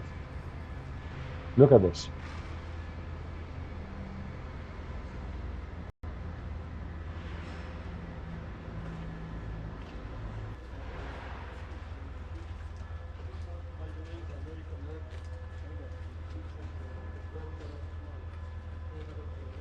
This is the shaft, and basically all the stuff that we're not going to be able to go down because all the gases are basically made. But if you want to see how it looks and what are made, all these little steel balls that look, if you look at it from the outside, they look fine. But if you look at the end of it, this is how the Americans, how we understand it. This is an ordnance that's basically a shot towards. They have an American. I mean, I don't know, those stupid video, they put this text. They have an American sample, real one, and they are making one like it. Exactly like it. Against the people. Are these mortars? I think they're bigger than mortars. They're like the top of a missile. I'm not sure. Are they? What? Hey, this is the American one. Oh, yeah, mortar shell. Look at the text, the explanation. It's a mortar shell. It's a big one. I think it's 120 millimeter. See, this is 120 millimeter American. No, this is an American one, made by the U.S. From Syria, so they take this, or Iraq. they basically copy it.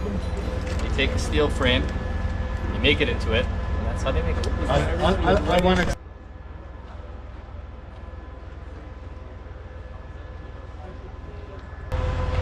This factory, they make the rockets here, right? Inside civilian factory.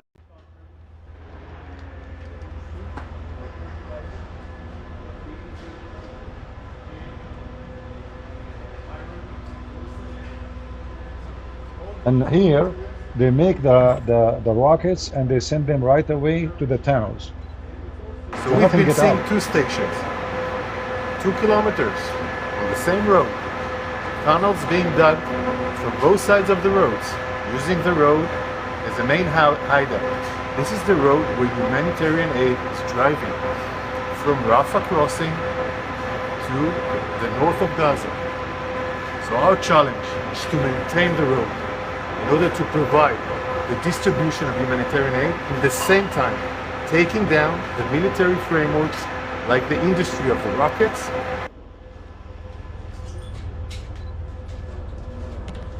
Wait until you see the long range rockets.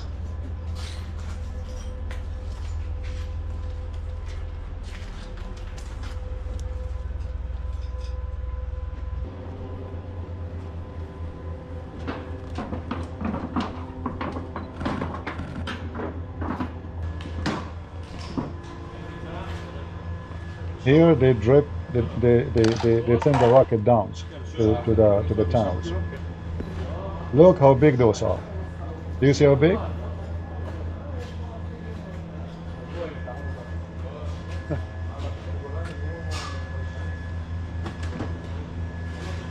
No wonder they can throw thousands. They are making a rocket for all the previous years. We now entered into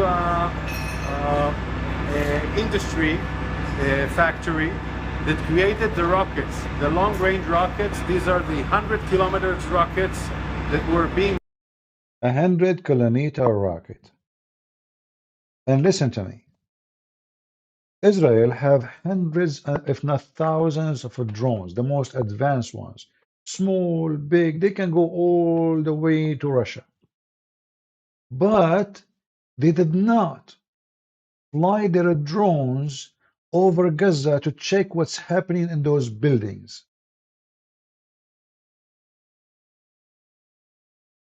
Their neighbors and their enemy cross the street, and nobody want to send. I mean, if you look at the manufacturer, by the way, there's big windows. I mean, the drone can go inside, go out, can go in, go out. You can go in easy, even if it's covered. It's not like a building which like there's no windows. No. What this army was doing,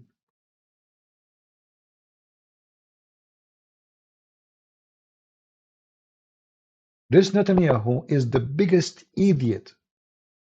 He is the one who armed them, actually. He is the one who allowed Qatar to send hundreds of millions of dollars every month. He himself, he handed them the money. In fact, he is not going for war now, continue, not because he's a hero. No. This potato, because he been destroyed, his career is over. So he continue in the war, maybe he can fix it to make himself, oh, you know what? Okay, it happened, but look what I will do.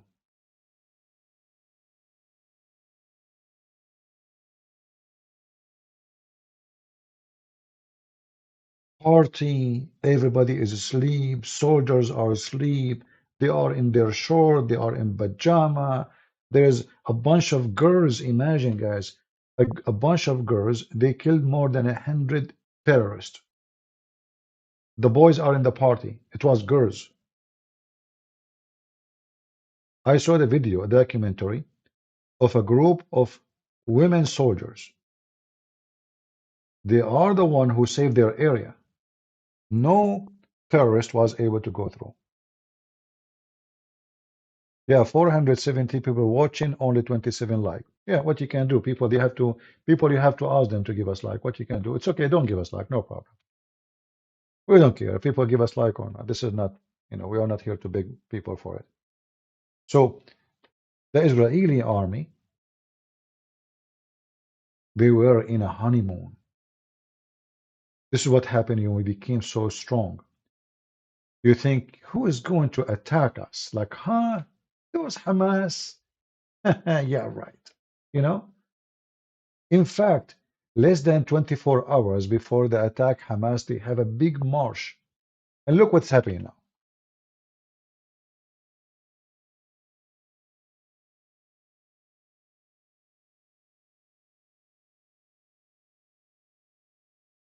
Now we are trying to find one of them. But a day before the attack, let me show you what happened a day before the attack. You will not believe it. A day, just a day.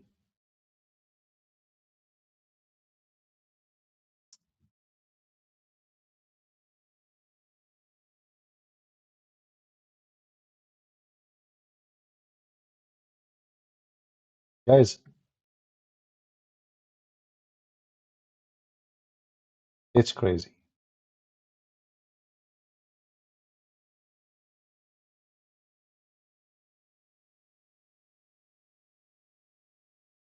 Let me show you.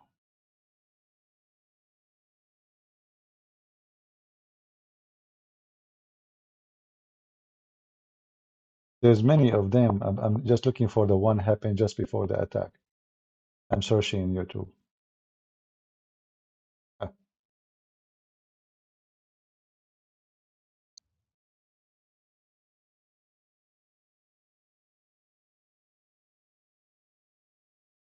Uh,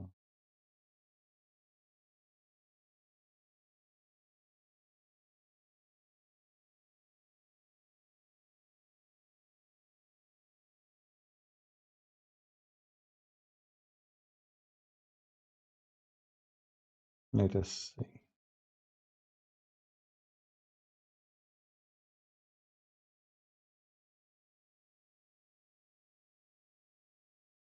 They were marching by tens of thousands.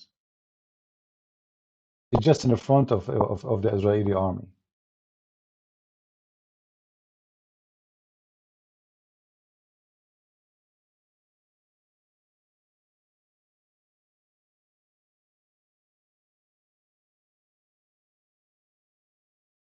Let us see. You see now, because of after the war, I mean, you can find a million videos except the one you are looking for. The second you type Hamas. Uh-huh. Guys, listen to this. I found one.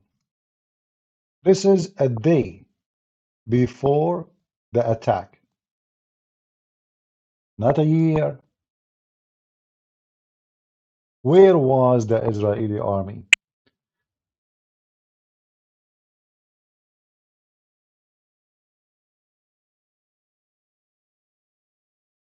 الجهاد الإسلامي 36 60 سرية من تشكيلات عسكرية مختلفة حملت كل سرية منها اسما لشهيد من شهداء قيادة المجلس العسكري في سرايا القدس، ولا سيما قادة معركة ثأر الأحرار. عرض جاء ليؤكد ثوابت الحركة وعلى رأسها المقاومة المسلحة خيارا لمواجهة الاحتلال ومشاريعه في المنطقة وتشديدا Now the guy is talking, for sure he is supporting them, they are heroes. And this is just a Jihad al-Islami at Hamas. So thousands of fighters, they were in the street, just hit them. And when I saw the video, actually, even before the attack happened, I said, what is those stupid Israeli? They are there. Those are your enemy. They want to kill you tomorrow. Oh, we cannot attack them first? Can you believe it, the stupidity? But those people, they are preparing for, and they even show, look, they show they have drones. You see the drones? مسيرات استطلاعية وهجومية محلية الصنع الخدمة، وهي صياد وسحاب وهدهد، وعن عدد من الصواريخ الجديدة التي دخلت الخدمة للمرة الأولى ولم تحدد مداياتها ولا قدرتها التدميرية، كما عرضت عددا من أسلحتها المتنوعة من بينها الدروع والمدفعية والقناصة. عرض يحمل في مقابل الرسائل العسكرية رسائل سياسية. حركة الجهاد الإسلامي And all of this the Israeli did not see.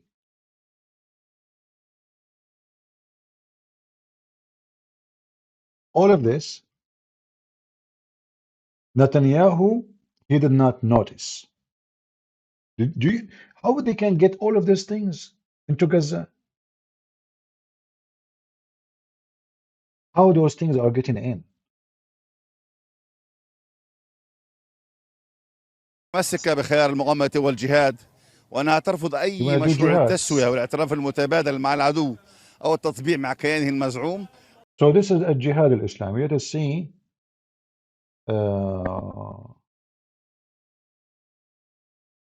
Yeah, this is the same actually. A jihad al-Islami here. Ще хвилину тому все. Hold on. Hold on. Advertising. Було чудово, але спав.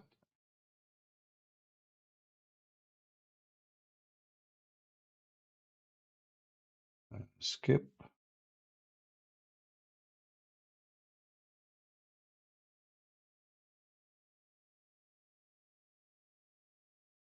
Now advertising for cartoon. All right. Look at this. All of this, and the Israeli did not see.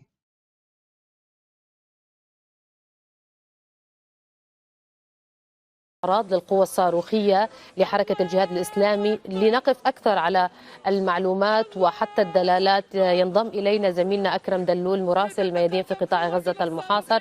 هذا براق 70 يا أكرم. This is Buraq, you know Buraq, the one Muhammad he wrote to go to heaven. This is Buraq. So Muhammad, he put his ass in the top of this rocket. This is Buraq. لو تشرح لنا يعني هذا العرض العسكري تفاصيله وحيث وصل في استعراض القوى الصاروخية لسرايا القدس. الو أكرم، رديت لأنه جوال معك هذا للاحتياط. يبدو أنه زميلنا أكرم غير جاهز معنا، لكن ما نشاهده في عين الكاميرا للميادين في هذه المواكبة والمتابعة لهذا الاستعراض العسكري الكبير المهم الغني أيضا بالرسائل والمغزى والمعاني لحركة الجهاد الإسلامي في ذكرى انطلاقتها 36. وصلنا لمحطة مهمة كما أشرنا، خصوصا بعد المواجهة الأخيرة والعدوان الإسرائيلي الأخير في ثأر الأحرار كما سمته المقاومة. كان في ادعاء من الاحتلال الإسرائيلي بأنه Do you agree with me that if Israel they have a real leader, this is the best chance to demolish his enemy in one day? You do not need to look for them. They are there in the street. They are all gathered in one place. Do you see what happened when you have a stupid, coward leader? Hezbollah do the same. Hezbollah, they gather by hundreds of thousands. Okay, Hezbollah want to kill you. What are you waiting for? Who cares who's going to shoot first? You know they are coming to kill your women. You know they are preparing themselves to slaughter you. And now they are in the street in front of you with their weapon, with their rockets. You do not need to look for them. You do not need to go in the tunnels. Just make it happen. Let the whole world cry, but not your mother cry. But the coward potato Netanyahu is just a politician. He is not a leader. The Jews, they need David to lead them and Jesus to save them.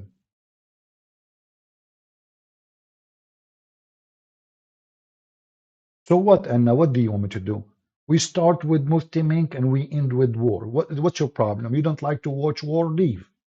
Somebody told you, I'm here, your waiter, bring you your sandwich to like the one you like. The topic is Islam and we are in the topic. If you don't like it, you can leave. Like Anna, she don't like it. We start with Mufti Menk, we end with war. But isn't this what Islam is about? All of it is about killing and war. And you are surprised now? So watch this. وجه ضربة قاسمة لحركة الجهاد الإسلامي. نحن نشاهد عددا وعتيدا أيضا واسع ومهم وذي دلالات، وأصرت أو أرادت حركة الجهاد الإسلامي أن ترسل رسائل هذه القوة ربما من استعراض العسكري الذي نشاهده، وبالأمس أيضا المناورة العسكرية التي أجرتها وأطلاق صواريخ باتجاه البحر. إذا نتابع هذه الصور مجددا. نحن نتحدث عن الصواريخ أو This is torpedo supposedly. القوة الصاروخية لحركة الجهاد الإسلامي، وهذا ما And the Israeli army and the intelligence, they did not say to them, they will use it against whom?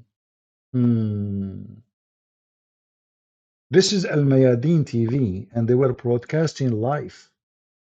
Al Mayadeen TV is a terrorist station in Lebanon. So the whole world is watching, but the Israeli army did not notice it.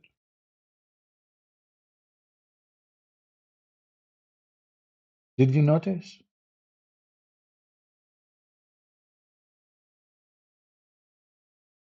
This is a live broadcast in YouTube, in Facebook, in Twitter, in Lebanon, in real TV, live. less than few hundred meters from the Israeli army. The whole world is watching except the Israeli. They are having party.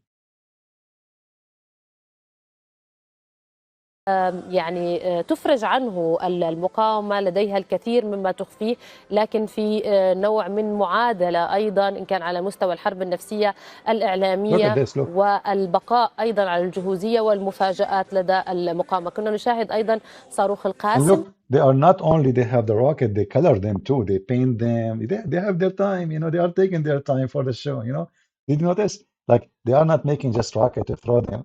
Did you notice that they paint the rockets? Did you notice that? Did you see?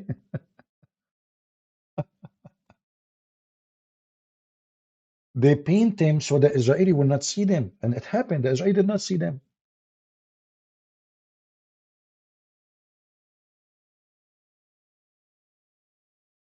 For your record, all these Hamas armament are literally useless against Israeli Arrow 3 system and tanks.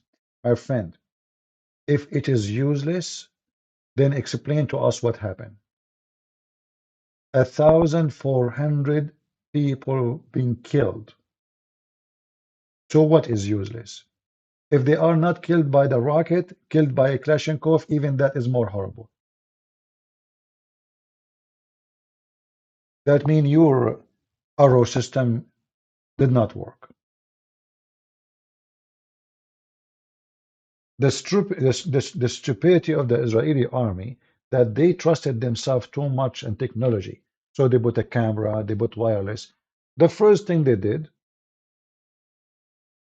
they send a drone, they drop a bomb in the top of the communication center. Bingo. All the communication center between the borders is gone in 2 minutes. There's no communication. Is that how you protect your borders? By putting sensors and cameras? And then they cut the internet cable for you and they are gone?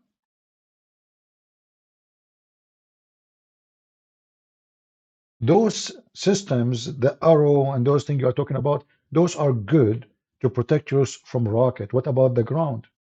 What about under the ground? They are next door.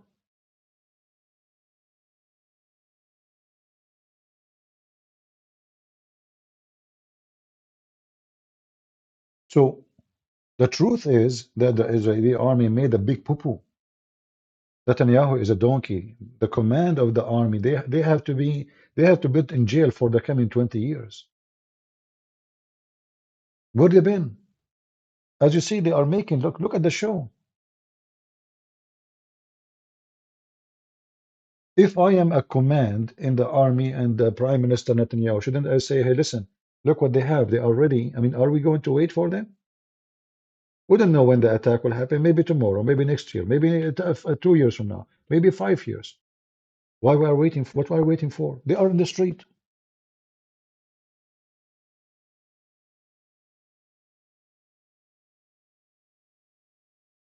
They can wipe all their enemy in 5 minutes. They are in the street there. They are gathered. They are making show. But the Israeli did not wake up.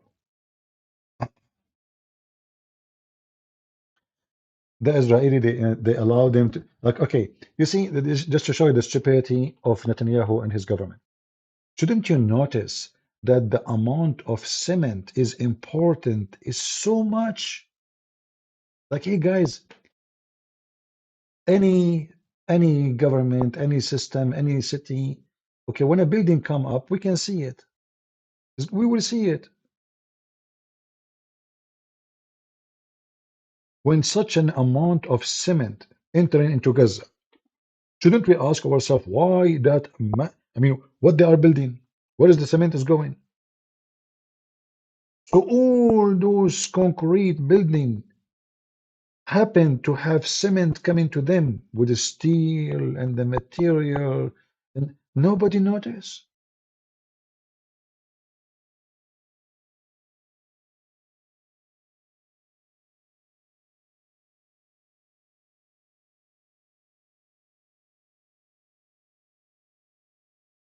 And the funny is, the Israeli, they bought their steel and they sell it to Hamas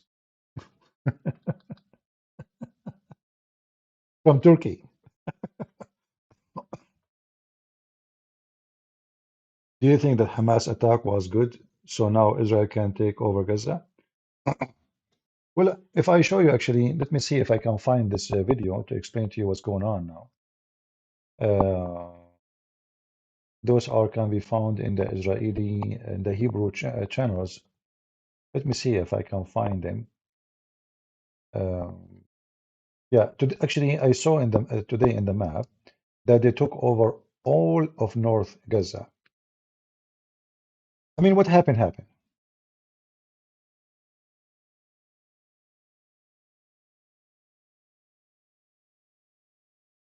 However, I say thank God that what happened, not something else. Because imagine if the attack was Iran, Hamas, Hezbollah, Houthi, at least those, Syria, all in one time. So if a 2,000 terrorists they were able to do what they did, what if the attack was by a couple of hundreds of thousands and by hundreds of thousands of missiles? The whole country is asleep. It took them almost 6 hours. 6 hours to respond. 6 hours is a lot of time. You know, in wartime, a minute can make a difference. 6 hours.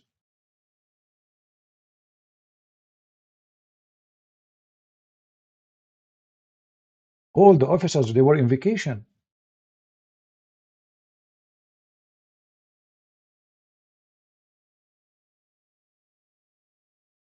Let me see if I can find you the video. Yeah, anyway, so they took right now all of all North Gaza, and I think the plan is to take the rest of it. Yeah, none of those maps are really useful. The one I saw in the Israeli TV, it's explained really very good what they accomplish. But maybe I can. Yeah, those are old maps. They are not what it is now. So let me show you this map here. But no, this is not. You know what? Let me see if I can see the history, my history. If I can find, because I think my history is off. Okay, let's see subscriptions. Maybe in this one.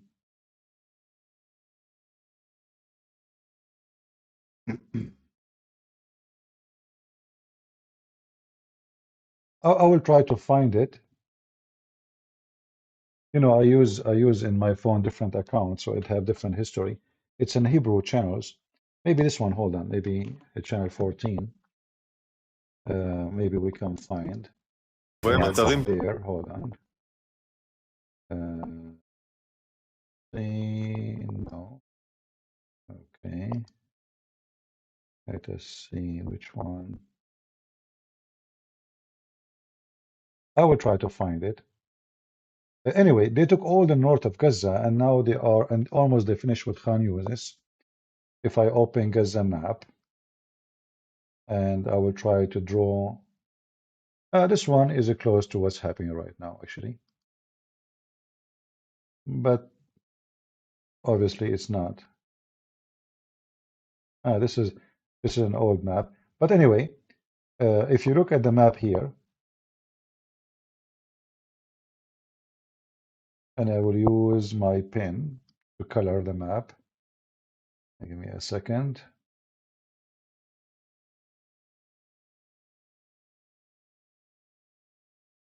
All right. So in this map here,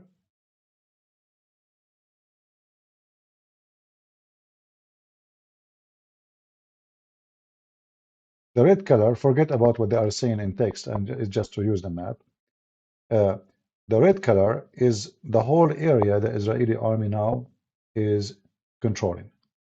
So we can say that all of this, let us use my pencil.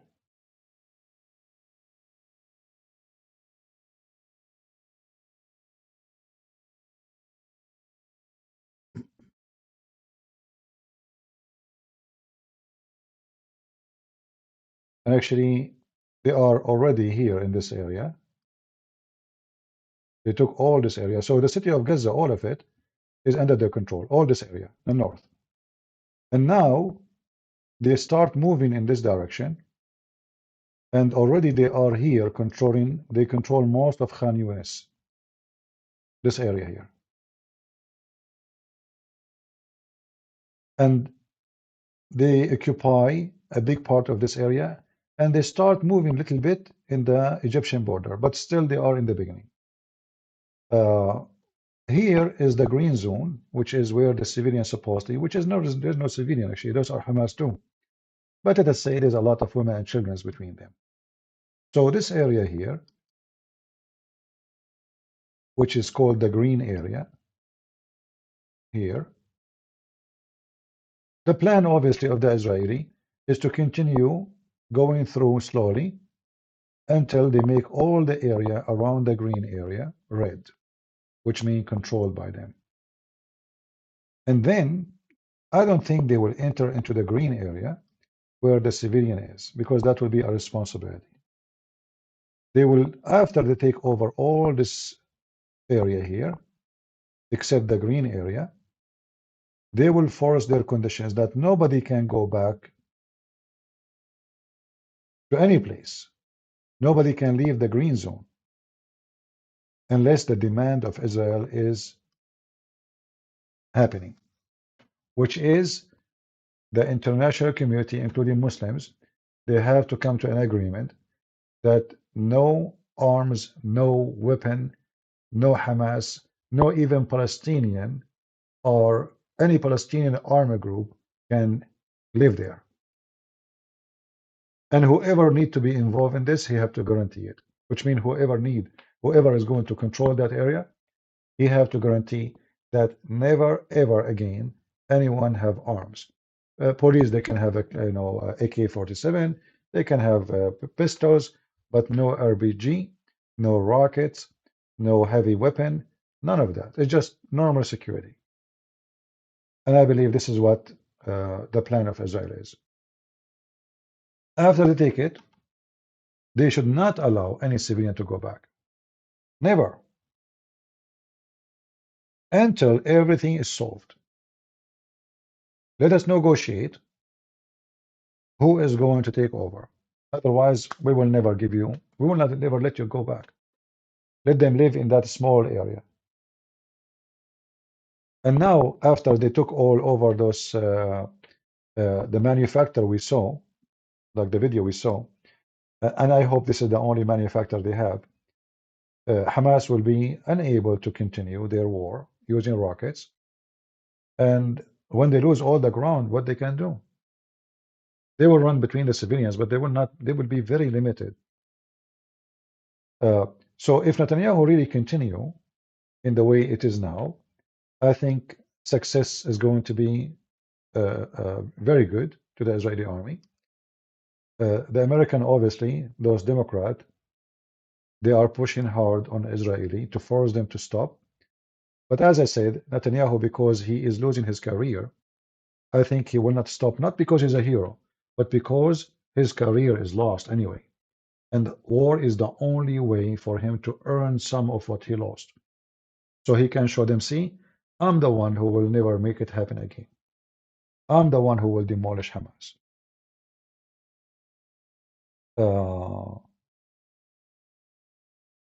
What do you think will control the red part? You know, the problem is nobody want to control it. All Muslim countries, they hate those Palestinians. They hate them. I'm just being honest with you. Nobody want to involve. Emirat, they will never even give them a visa. Saudi Arabia is the same. Kuwait, they kicked them out. Jordan, they killed them.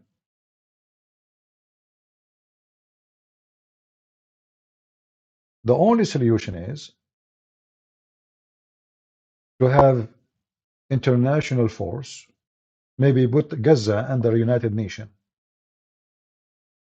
with the involvement of the American and the NATO, because you cannot trust the United Nations. United Nations is a potato. So United Nations is going to be an umbrella, but there's force in the ground. The American, they have to force some Muslim countries, and this is depends who is going to be the president by the time this will happen, because I don't think it's going to happen that fast. You know, it's going to take some time. Maybe by that time Biden will be in heaven with Allah. You know, yeah, nobody wants those Palestinians. Whatever you see in TV about they support them, but nobody want to give them a visa. You know, when in Kuwait, Palestinians, they were given the best jobs, high salary. When Saddam Hussein attacked, they immediately betrayed the Kuwaiti. The Kuwaiti, they treated them the best in the world, the best jobs for Palestinians. They give them villas, nice salary, and massive salary. They got a very important jobs in the country, even ministers. But the day Saddam Hussein he attacked, they spit at the Kuwaiti and they switched to Saddam Hussein. The same in Saudi Arabia. Saudi Arabia gave them billions of dollars. And then they go in their media and they trash the royal family. Same as in Emirat. Hamas and the rest, they join Muslim because they are Muslim Brotherhood. They try to make a coup against the Emirati government and against the Saudi royal family. So all of them, they hate them. Lebanon is the same. Jordan, the king of Jordan, he have something called the Black September. He killed thousands of them. Why? To try to take over. Wherever they go, they bring destruction. And the people of Gaza are very well known of their destruction. Drugs, prostitution. I mean, it's very, very bad. Like when you say from Gaza, that's hell.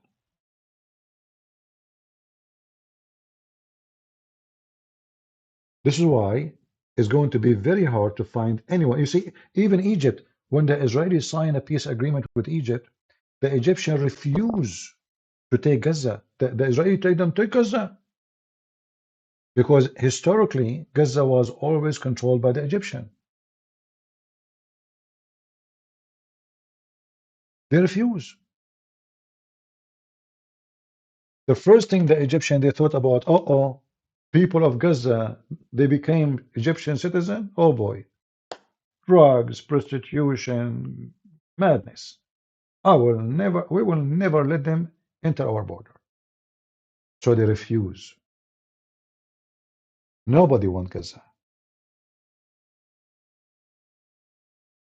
And that will be the problem. This is why it's going to take time. And you know, if I am the one in charge of Israel, I will stay there, take over the land forever. They don't want to have peace? No problem. You know, put a couple of hundreds of soldiers there. You do not need to bring the massive soldiers, you know, number. That's it. Take over the land, and then let us see what Hamas can do.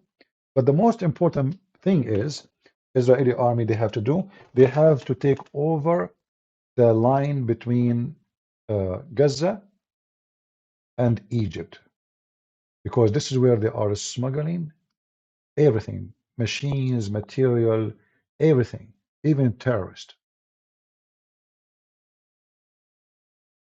They send their terrorists to be trained in Iran. But how they can leave? Very simple. Tunnels. That tunnels into Egypt. As simple as that. So we want to send a bunch of terrorists to train them? Okay. No problem. He go in the tunnel. He come out of Egypt In Egypt, the Bedouin, they will smuggle him. Very easy. And just to let you know, the Bedouin Arab, they are serving in the IDF. And those Bedouin, they are the last one to be trustworthy. Just 2 days ago, I saw in the news that the Israeli army, they found a bunch of Arab Bedouin who they are serving in the Israeli army, stealing weapon from IDF warehouse, and obviously they are giving it to Hamas by money. They don't care for, they don't support Hamas. Bedouin, they don't have religion. They call themselves Muslims, but they worship only one thing, the money. So there's Bedouin in both sides here, in the Egyptian side and in the Israeli or Gaza side. Rafah. This line here is where all the garbage happening. This line. So if the Israeli army really, they want to save themselves from a future, all what they did is useless if they don't control that line. They have to demolish all the tunnels. They have to push back at least a mile or 2 miles to make a line of security with the Egyptian border. They have to install the most advanced engineering material to machines to check if there is any vibration, any digging, any work underground to demolish it. They have to build the structures all over this area here, like which mean you have to dig maybe 60 meters down, you know, maybe more, and fill it all with a very heavy, thick cement. You have to come with something. Because those rats, as long as the border between them and Egypt is connected, they don't go over the ground. Supposedly in the top there is nothing moving. It's under the ground. As long as there's tunnels between them and Egypt, nothing changed. So it's not enough to finish taking all of Gaza and take control if you don't control that area and clean it from any tunnels. That is a must. Otherwise, nothing really changed. But I think this is what will happen. They will keep going this way, you know. The Israeli, they will keep going. Like this area now is the green area. Let's make it again as we did before. The green, let us make it a green. So here, this area, they will keep it for the civilians here. And the Israeli will not enter it. I don't think they will enter it because this will be a mistake actually. Because the second you enter it, you will become in charge. You have to feed them, you have to take care of them, you have, and not only that, you can stab your soldiers because it's a massive population in a small area. Your soldiers is very exposed. So they have to keep it this way. And then the rest of the area, after they clean every single inch from any tunnels, anything, they have to control all the borders and keep for themselves, which means even in the future, whatever the system will be, whatever who is the one who will rule this territory, this territory here between Egypt and Gaza should not be in the hand of anyone except the Israeli. And it have to be wide, so they can be in control of any kind of digging or tunnels going through. So based on the map I saw today in the morning, all this area already is in the hand of Israel. Totally. There is zero Hamas here now, which means at least they killed 20,000 of them, at least. This is why it was taking so long, you know. So all this area here is now under Israel. And now, this is like almost more than 10 days ago, or even 2 weeks, they attacked Khan Yunis, and Khan Yunis is still almost, they control it all. And they are expanding in this direction. and they are expanding in this direction, and they are coming from here in the same time. So we can say it's going to take maybe a little of time because they are going slow. And the reason they go slow, it's the war. This war is very hard. You go to a building, you think you are done, then somebody come like a rat from behind you. And not only that, the Hamas, they are very well trained terrorists, so they have traps. You walk into a room, you see a plastic bag, you step in it, it's that will trigger a bomb, big one. So they have to be careful. That's why the Israeli are using a very smart method. They are using dogs. Dogs are really saving a lot of their lives. So before they enter to a place, they send the trained dogs first. Dogs, they sniff for explosion. Same time, the dogs will go crazy when they see a stranger. So they will alarm them. There's a terrorist. That usually the terrorist will shoot at the dog, But now they will know that there is somebody, hiding for them. So dogs are playing a big role in saving life in this war. Obviously, Allah made a big mistake when He hated dogs. So He preferred the dogs of Hamas over animals. But animals, they save life. Hamas don't. I saw tons of videos actually. The Israeli army even they put LED light in their head, and they have a camera. So when the dog he go in from outside, they can see whatever the dog he's seeing. Not only they send the dog.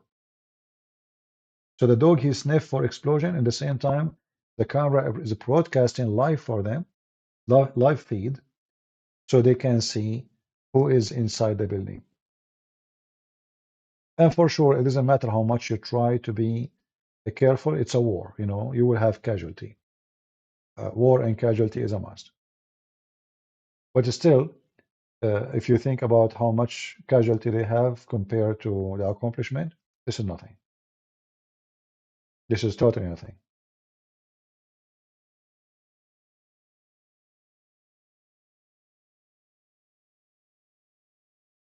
The Israeli army have a very high tech, very well trained, and actually I'm surprised how brave they are. I mean, I saw a guy. I don't know. I mean, this guy, he must be. Me myself, I've been in war. Guns is my toy, but I never saw somebody you throw a grenade at him,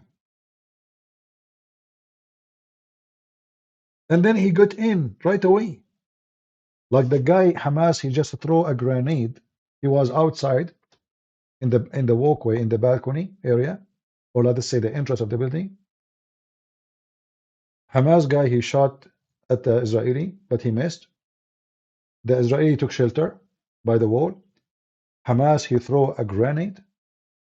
The grenade explode, not even, I don't know, maybe 2 meters away only. And then the Israeli soldier, he just jumped inside the door, as if nothing there, So I'm really surprised how brave he is. If it's me there, I will be very careful. I will not even put my head to seeing it. I will be shooting without looking. I will extend my arms, and I will be shooting inside the house without even seeing. The guy, he jumped in.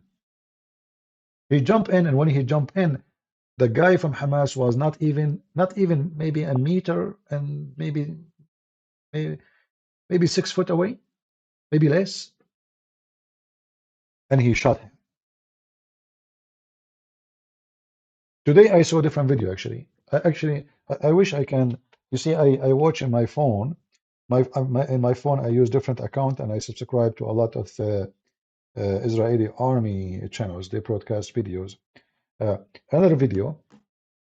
I mean, it's really very, very brave. Many of them, they are very brave. I'm really surprised about how this is a very difficult war, because remember, the terrorist, he lived in that building. He knew the street. He knew the road. In the top of that, they have the tanners, which they are the one who built. The Israeli army, they know nothing about the roads. They know nothing about the buildings. They don't know who live there. So fighting in such a war is extremely difficult. And yet, after all, the number of casualty of the Israeli is so small compared to the mission. Remember, we are talking about invading a land, have tens of thousands of terrorists, not 100, not as you see. I mean, look what they have. Look what they have. الجهوزية والمفاجآت لدى المقاومة. كنا نشاهد أيضا صاروخ القاسم، وهذا أيضا صاروخ البراق. كنا نشاهد النسخة براق 70، وهذا يعني أجيال متتالية من تطوير القوة الصاروخية. ربما من نفل القول بأن قطاع غزة هو محاصر، وقد تم تشديد إجراءات الحصار لا سيما يعني في العقد وأكثر الماضي على القطاع، وبالتالي قدرة المقاومة على أن تطور ذاتيا ما لديها من قدرات عسكرية هذا يسجل أيضا لها في تطوير إمكانياتها وقدراتها وما تمتلكه أيضا من عتاد عسكري، وما تقرر هي أن تستعرض أو تفرج عنه في مثل هكذا استعراض عسكري.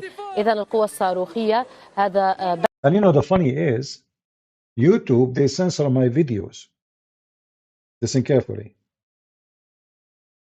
YouTube don't censor the videos of Hamas. This channel, it's called Al Mayadeen, sponsored by Hezbollah, by Iran. All their program is about killing the Jews. They never have a strike from YouTube. Me, anything I say, anything I do, YouTube is upset from me. Welcome to San Francisco.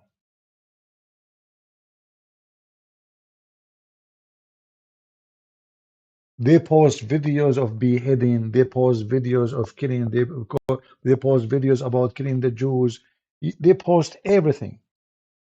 Muslims never break the guideline of YouTube. Christian Prince, he break the guideline of YouTube. Always.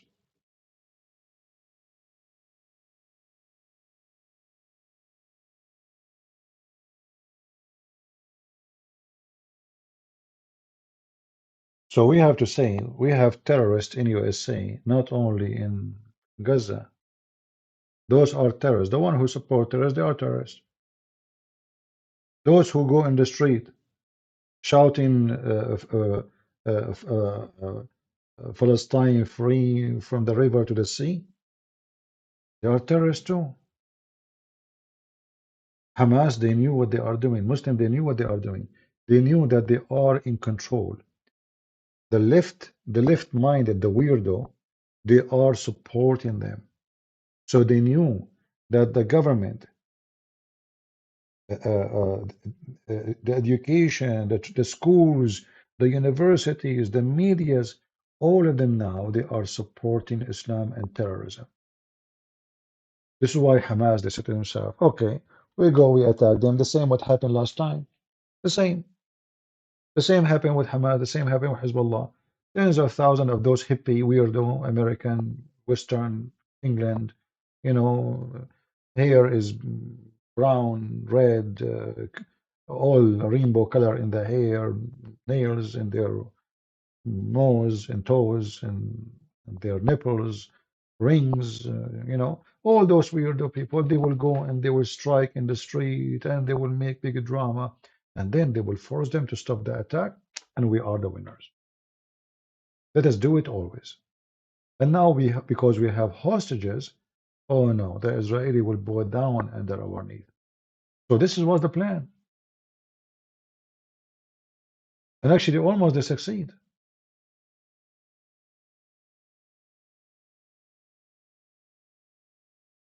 If the Prime Minister of Israel, he agreed with Biden, Hamas is victorious. Biden, he wanted them to stop from the first day.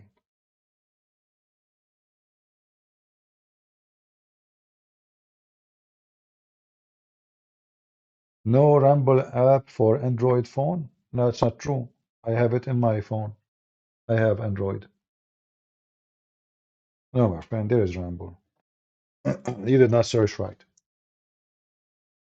Anyway, I hope and I pray that this Biden and those Democrats, they will lose the coming election because they brought nothing but destruction.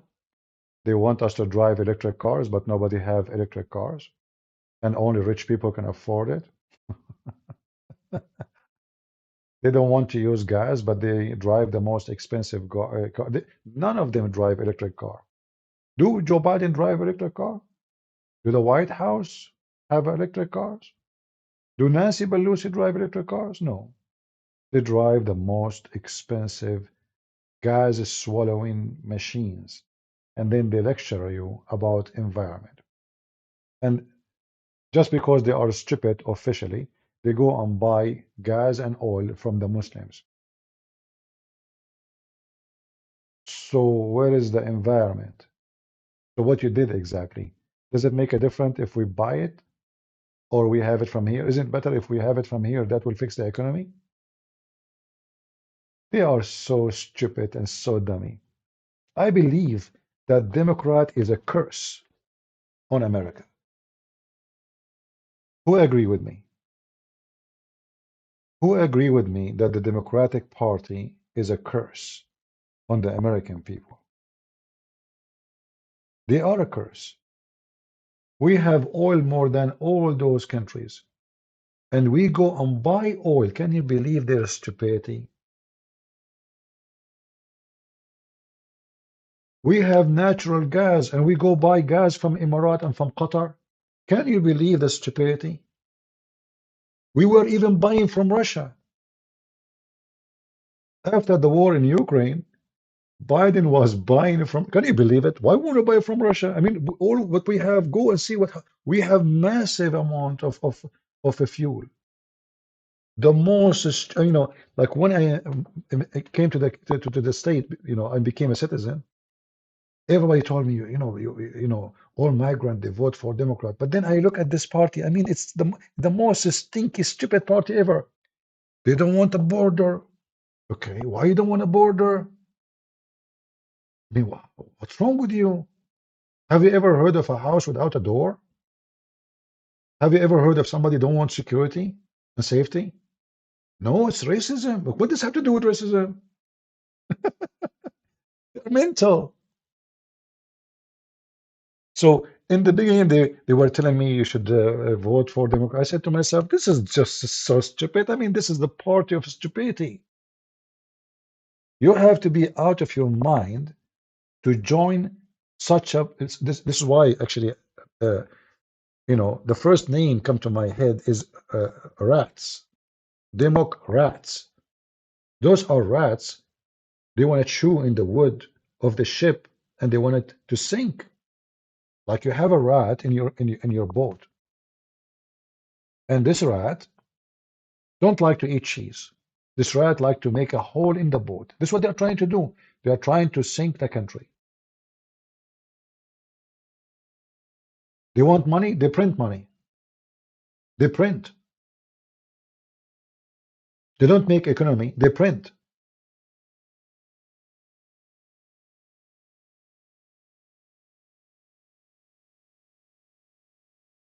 They are very awkward in everything. And I believe it is our fault as a Christians. We Christians in the state, we are mute. We stood aside for a long time. The liberals, they took over our schools, our university, they corrupt your kids, and you keep your mouth shut. It's our fault. It's time for us to show them that we are here, and we are here to stay.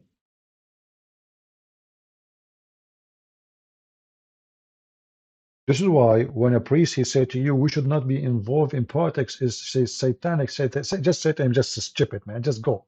Just get away from my way. If you don't attend your garden, do you know what will happen? The weed will take over it. Do you agree with me? The man who don't attend his garden, the weeds will take over it. And this is what happened to us. We decided to stay home and we left the liberals in the garden. And now the garden is full of weeds. So we as a Christian, we have a duty. And cleaning the weed is very difficult. It's not fun. But somebody have to do it. And don't say, I'm not going to deal with politics because politics is dirty. Well, it's dirty for them, it's not for you. Vote for what is right. Nobody's asking you to be dirty. Do we agree? Nobody is asking you to play dirty politics. Vote based in your belief.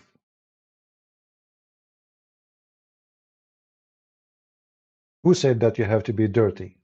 Be Christian. Go check out those who vote against your Bible. Go check out who the one is trying to pervert your children's and vote against them.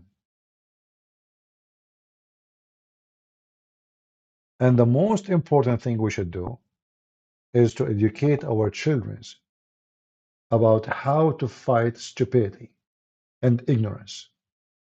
Don't let the liberals take over your child brain. You send them to liberal school. The boy, he come back, he don't even know he's a boy or a girl. I mean, those people are so stupid to the point they do not know even what is a woman is. Like, what is a woman? We are in the year 2024, and those stupid people, they are busy asking themselves a question, what is a woman? Can you believe it?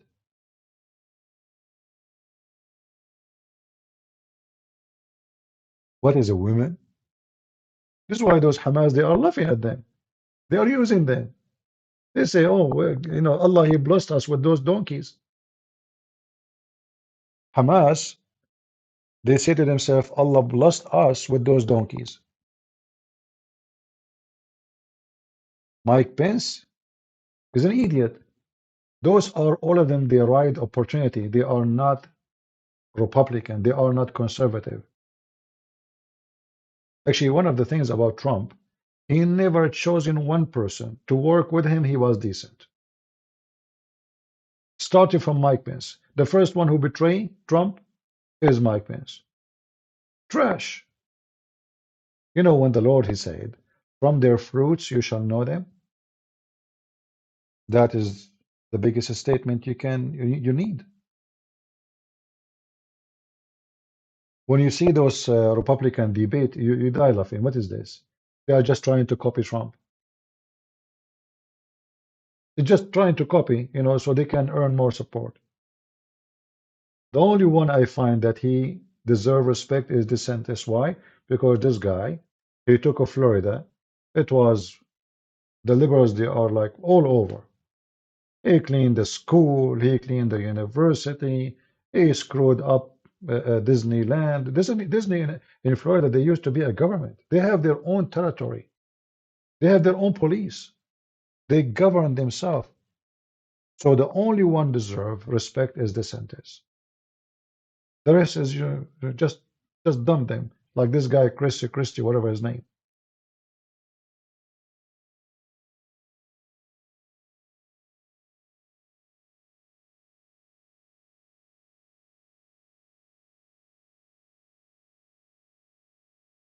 Trump, he did a lot of mistakes and he do stupid things too. But at least we cannot compare him to that stupid Democrat.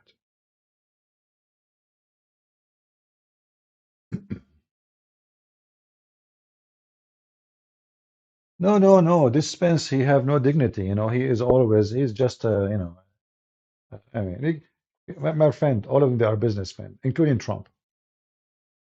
Everybody, you know, people, they fool themselves. They think those people are fighting for you. They don't care for you. However, at the end of the day, we have to measure who is the one who will harm us less. Otherwise, I believe all of them, they harm us. I mean, Trump, when Erdogan, he took our church in Turkey, do you know what Trump he did? He posted in a Twitter a picture of a dish he liked. He acted as he heard nothing. The whole world talking about SOFYA being stolen by the Muslims, and Trump, he never heard of it. Never. Even Biden, he posted about it. He said, shouldn't Trump say something about this? Even Biden, he questioned, where is it Trump? So they are old, I mean, what we can do. In America, they don't bring you really, there is no real election. There is two parties. They bring you two donkeys. One he want to hit you in the balls, the other one want to hit you in the head. Which one you like? Vote. Excuse my language. And I'm just being honest with you.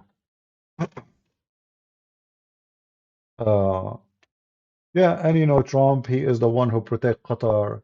In the beginning, he said Trump, Qatar should stop supporting terrorism. 2 weeks after, Qatar rented a building from his son-in-law for 100 years, and they paid him $1 billion in advance. Isn't it obvious this is a bribe? How Qatar supporting terrorism? Qatar now is Hamas itself exists because of Qatar. Saudi Arabia was going to invade Qatar. The stupid Trump, he stopped them. He warned Saudi Arabia. In fact, even in the last 5 days in his presidency, Trump, he forced the Saudi to shake hands with Qatar and to lift the sanctions. My friend, all of them, they are garbage, and I'm sick of them. And if the election came, I have no choice. If Trump is in, I will vote for Trump, but not because he's the best, but because he is, let us say, the best between the garbage, according to my opinion. He's just a businessman. He has zero ethic.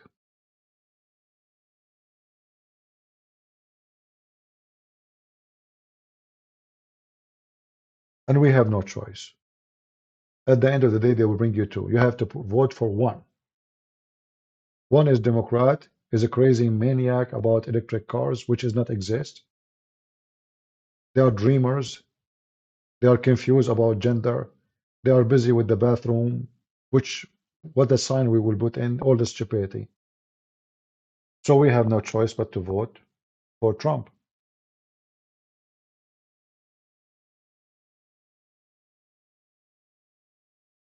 And we wish for the best.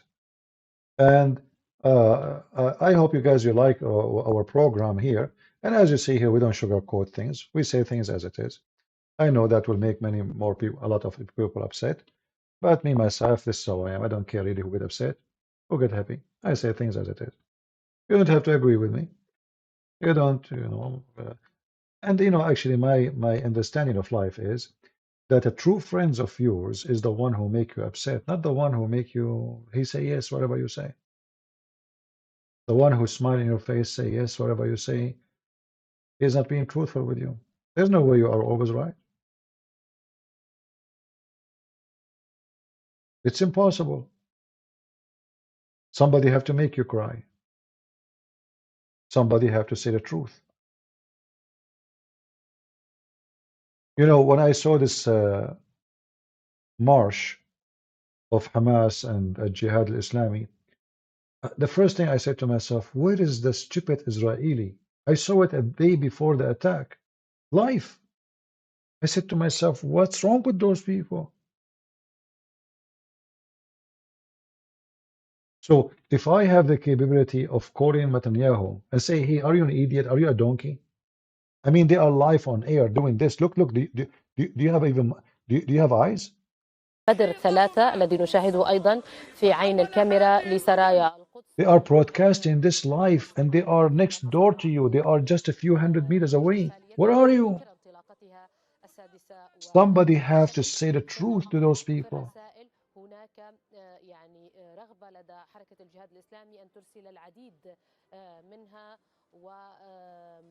We have enough of politicians and their games.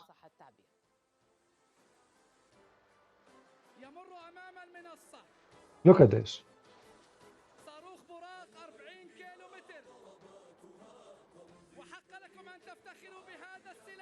Look at this. Look.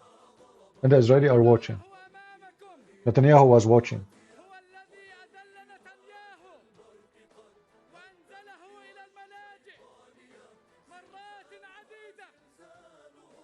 Netanyahu, he was taking his tea in his garden. Shabbat Shalom. It's hard to believe, right?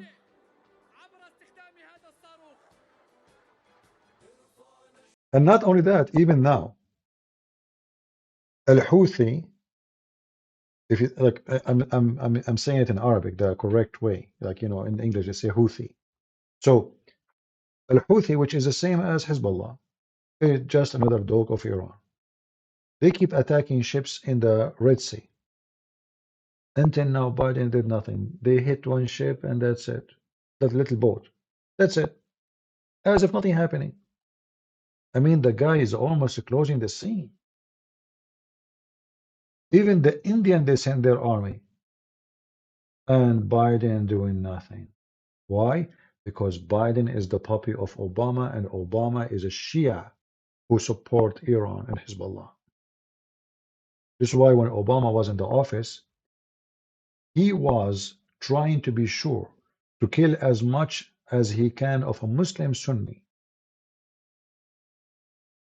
and support as much he can Muslim Shia. During his time, the warehouse of weapons in the Pentagon became empty in Afghanistan because he was killing as much he can so the Shia will spread and will take over more territory. This is why he gave Iran all the money. He left all the sanctions. This is why Biden, the first thing he did when he came to the office, he left Al-Houthi group from the terrorism list. If you don't believe me, go check it out. The first thing he did, he just became in the office. That is the command of Obama. Obama until now is the president. The whole concern of Biden now that Israel should not attack Hezbollah, because attacking Hezbollah is a big lose for Iran.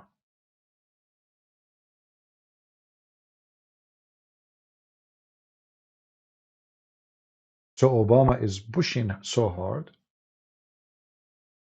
using Biden, he is his puppy, trying his best to force Israel not to go. This is why the Americans, they move their airplane carriers from the front of Israel as a threat to Israel. Telling them, you know what, we are not going to be involved. You are by yourself. You want to go with Hezbollah? Go. It's a clear threat to Israel. How come Obama have so much power over Biden? Because Biden is nobody. I mean, Obama, he chosen Biden because he's nobody. This is Joe Biden, you know the thing, you know? Always the one who want to become a president or become a president, he choose a shadow. He don't choose someone strong. So he can be the star always. So even when Joe Biden, he chosen this woman, you know what her name? Harris. She keep bluffing, she, you know, she's high all the time. Yeah. So they choose always someone is a shadow, is nobody. When Trump, he chosen Pence. Pence is just shadow. He is like dead. You know, he have a cold blood. His face, he don't even, when he smile, he's not, you know. So he choose a specific person which he cannot compete with him or he can argue.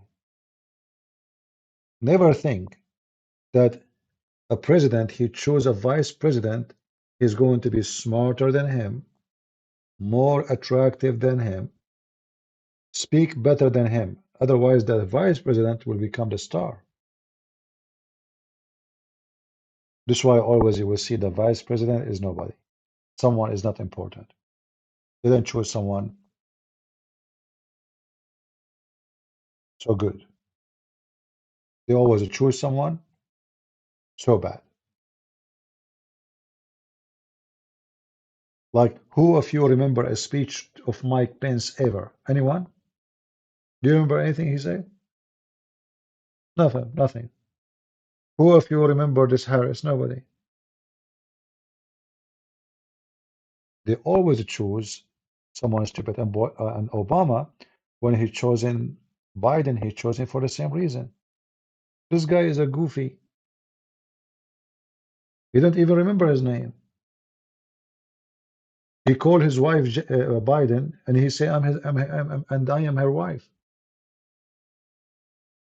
They choose them for a reason.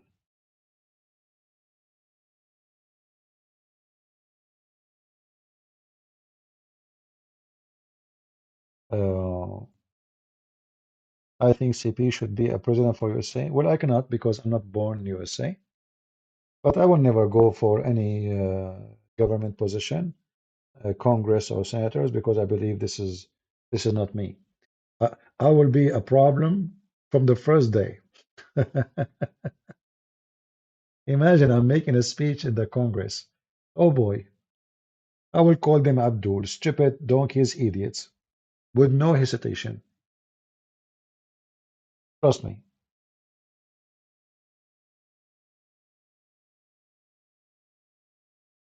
The situation between China and Taiwan. You know, what I'm afraid is that the American, they will do the same they did to Georgia. You know what happened to Georgia? The American, they told Georgia, "Oh, don't worry. If Putin attack you, we will support you. We will support you." Okay, you know. So Putin, he attacked Georgia.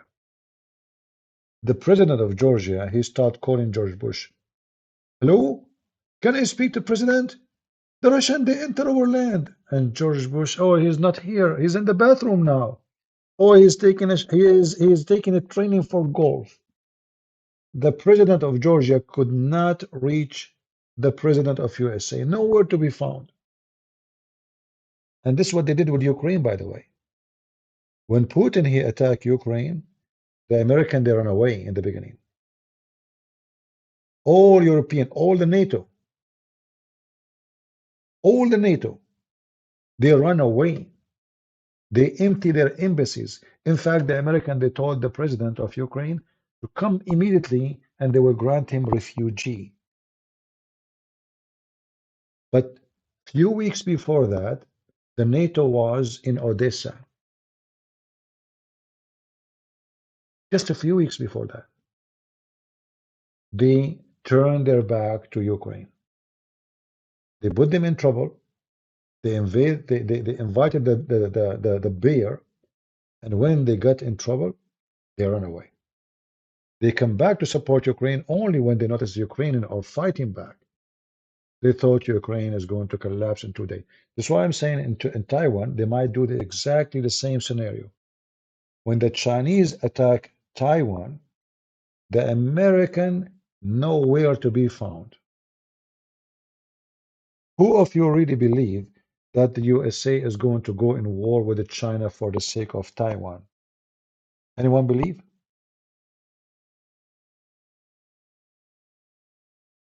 I don't believe in such a thing. They were not there. They will let them go into their destiny.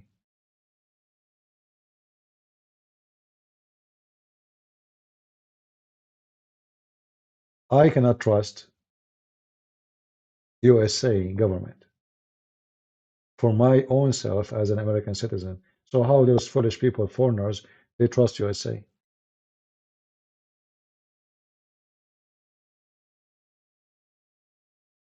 Somebody's saying a USA president is a homo clown. Why you are saying that? How you know that? Why people they say stupid things? In fact, I respect this guy. He's an actor. He's not a hero. He's not a soldier. He did not run from his building, even though the Russian, they were almost 60 kilometers away from the capital. Don't say stupid things. I don't like him too. But since he did not run away, in fact, if he ran away, the country will collapse.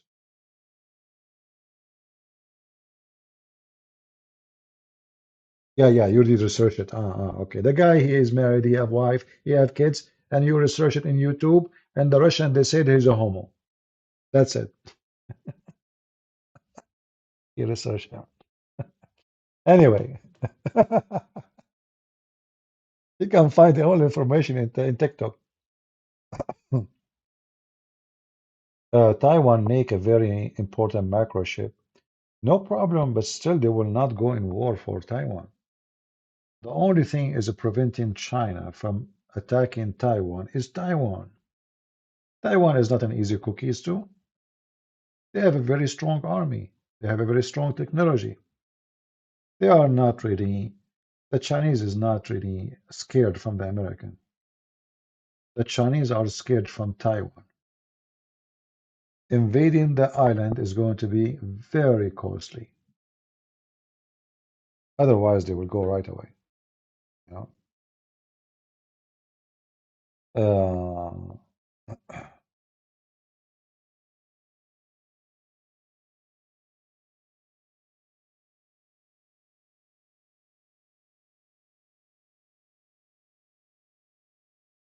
Yeah, so I don't believe that USA will ever do anything to protect Taiwan, and I hope I'm wrong.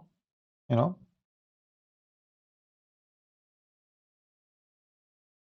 they will not. You know, everything is for sale. Everything for sale.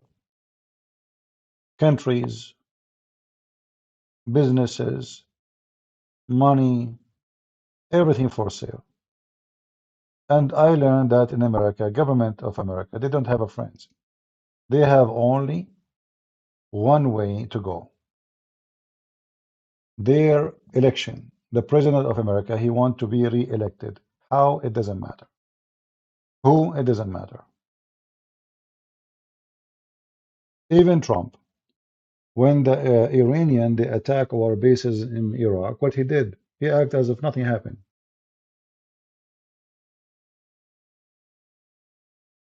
He attacked as nothing. There's nothing there. No worry. Why? He just want to be. He promised he will not go in war. He will withdraw from Afghanistan. So all what he cares is just to be elected. They don't care for future of nations. The Armenian they were being slaughtered, and Trump did nothing. He brought the Armenian president and the Azerbaijan shake hands, and that's it. A week after the Armenian, they got big lose.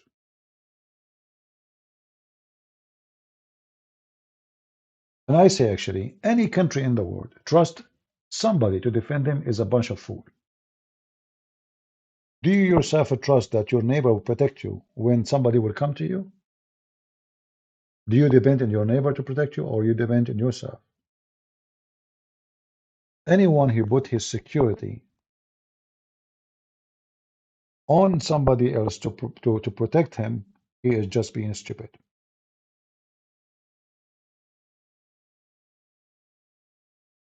And you don't have to agree with me. But for me, I believe if you do that, that's stupid. Like, okay, we have a police. Do you really trust the police to protect you, or you trust yourself first? The time the police come, they will take pictures of you. You are dead. Police, they come to your house. Oh, he shot him in the head. They write in the report. The guy will be drinking coffee. Hey, Monica, can you bring me some coffee from Starbucks? I'm Detective Monk. They come to the crime scene to take pictures of you. And then they put you in a file. They take a pictures, they put them in the file, and they put you in the shelf. And bye-bye.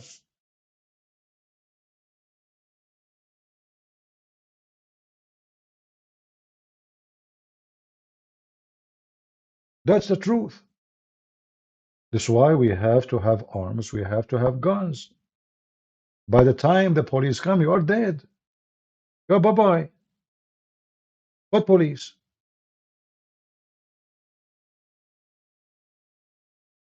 And yeah, in the movies, actually, they show you how stupid police is. The guy, they come to the crime, and the guy is cut pieces, and they are eating donut. What do you think? This donut, by the way, tastes good. I mean, they look so stupid and so silly with those movies. Oh God, God have mercy.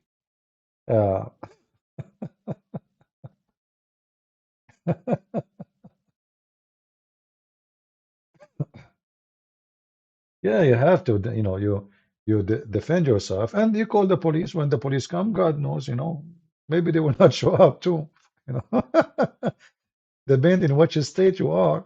If you are in democratic state, there's no police. I mean, even if the police come, what they would do? They would do nothing. Oh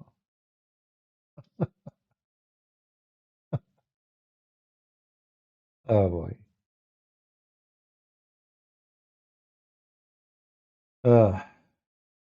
People are asking questions, which is funny. Again, are you married? What's your business? I'm not married, but why you are asking?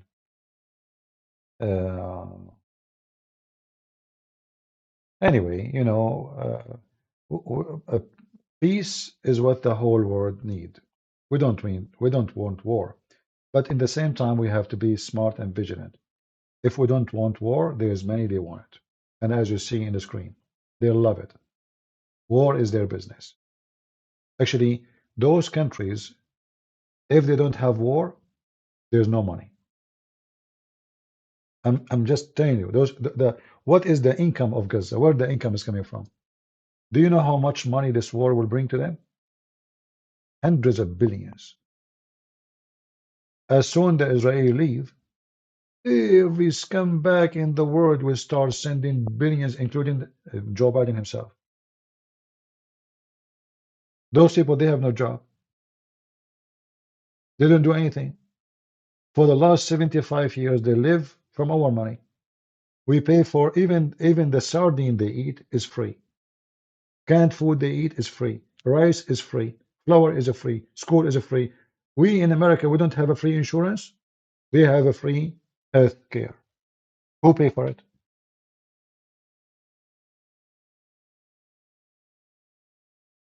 You, American, European, the stupid German. Send your money, send. Oh, those guys are poor people, we don't help them. You send your money, they curse you. You are a kafir.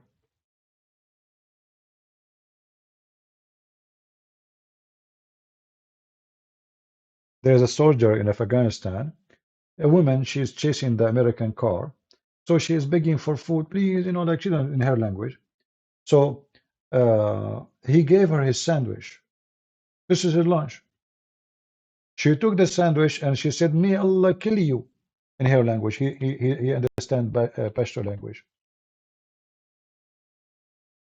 He just gave her his sandwich.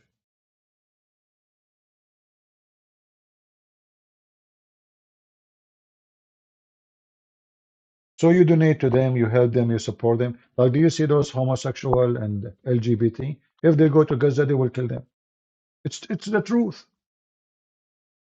They will throw them from the top of the building. But they are number one who go in the streets say, "Free Palestine."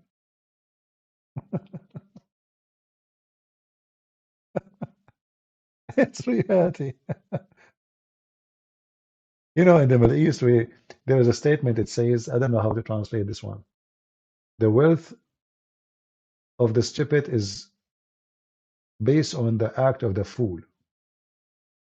Like there's a stupid and there's a fool. Stupid get rich because of the fool. Oh, Lord have mercy. Anyway, I don't see too many people giving us like because people obviously don't like what we say. Thank you very much.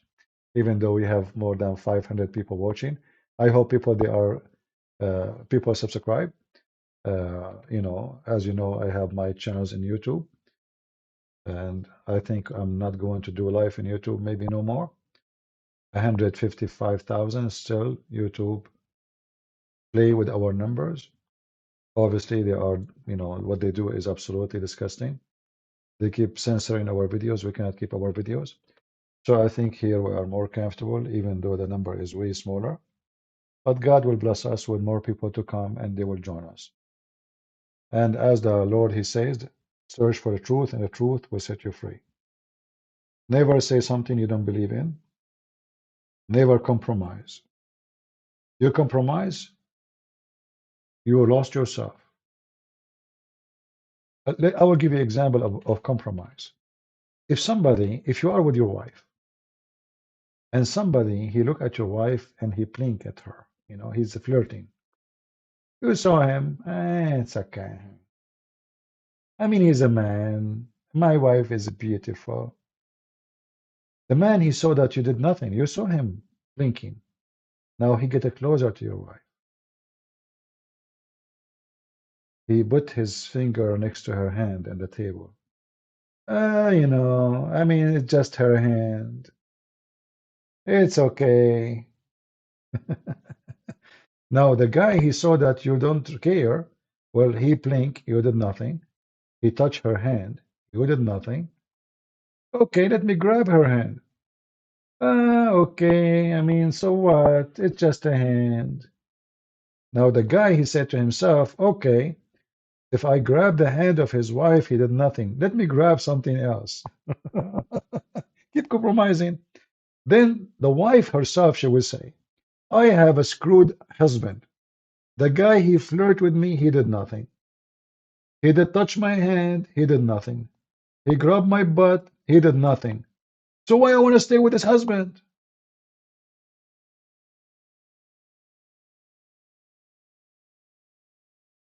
Obviously, my husband is not there. And this is what you do with this is who you are when you compromise. You lose your dignity. Literally, you lose your dignity.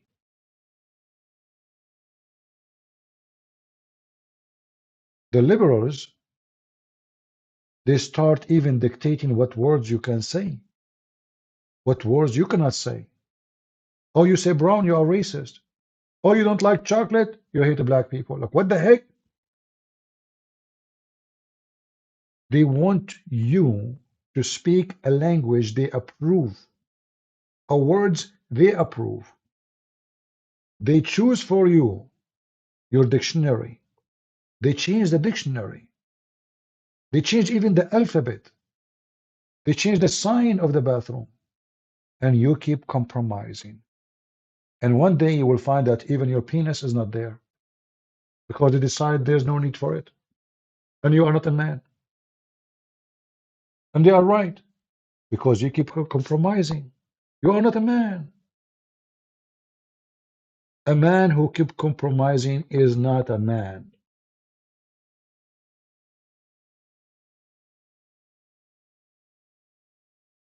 Can we make it more clear? Especially when you compromise about things is serious.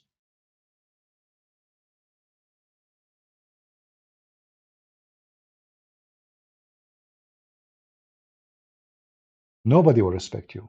Your family will not respect you. In fact, you don't yourself respect yourself. How you can even look at the mirror? You say something, you don't believe in it.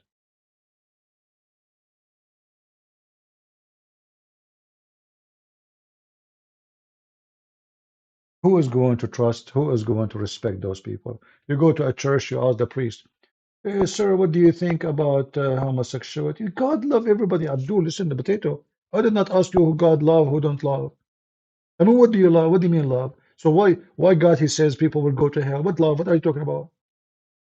Anything they say, you say to them, any serious question, they make it a liquid.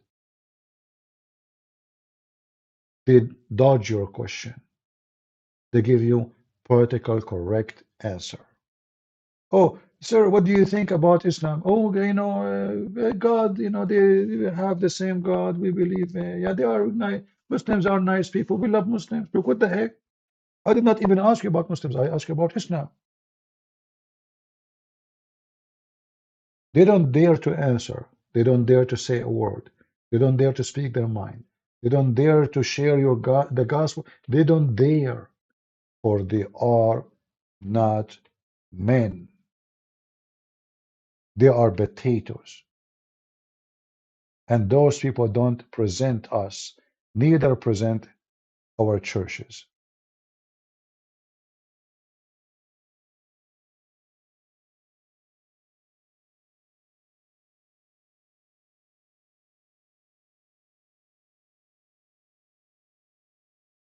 Never compromise, my friend. Say your belief and challenge them. Either you believe, if you live in the state, that this is the land of the free, or then don't ever say that word again. You see, when I came to the state, I did not come for the sake of money. In fact, I was doing way, way better in the Middle East. I came here so I can be free, not to be under the shoes of the liberals and Democrat and Nancy Pelosi.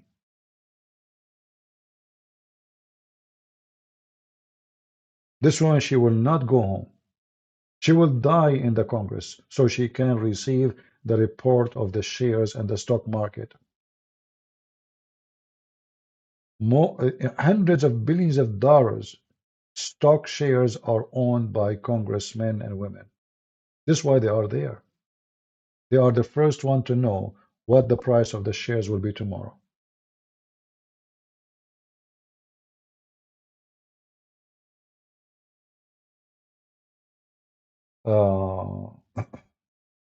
Anyway, as you know here, we don't sugarcoat, and I hope I did not hurt your feeling. And if I did, well, you can use some, I mean, alcohol over it, put bandage, put some band-aid, whatever you call it. Go to the pharmacy, ask Joe Biden to fix it for you. He can fix anything. Use electric cars, and don't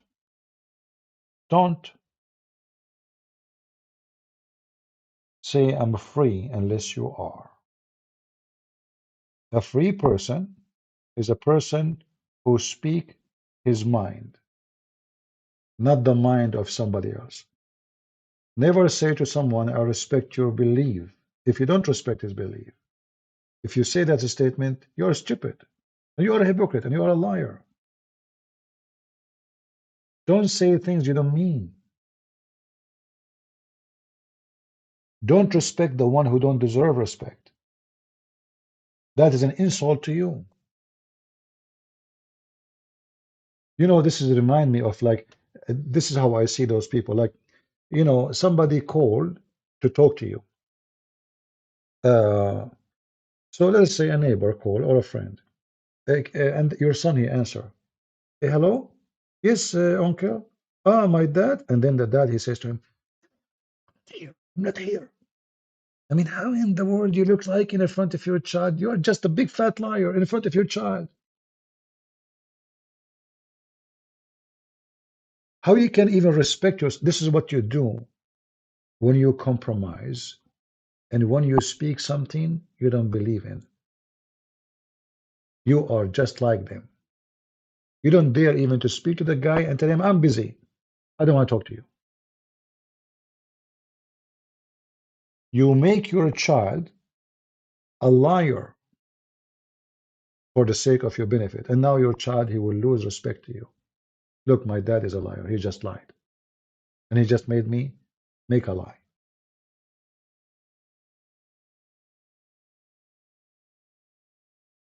And this is always what happens when we keep agreeing with things we don't believe in. We are afraid of speaking our mind, afraid of saying what we believe. So what we do? We say what we should not say.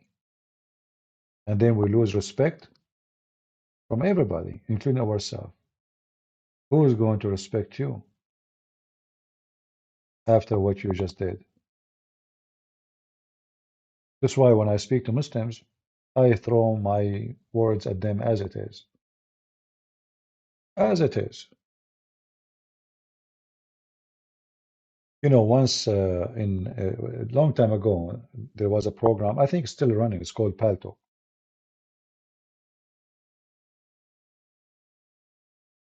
In Paltalk, the Muslims, they complain to the company. And suddenly, it's a software. So suddenly, I found my account, my username, taken from my chat room to different chat room. And that chat room have 5 co-admins.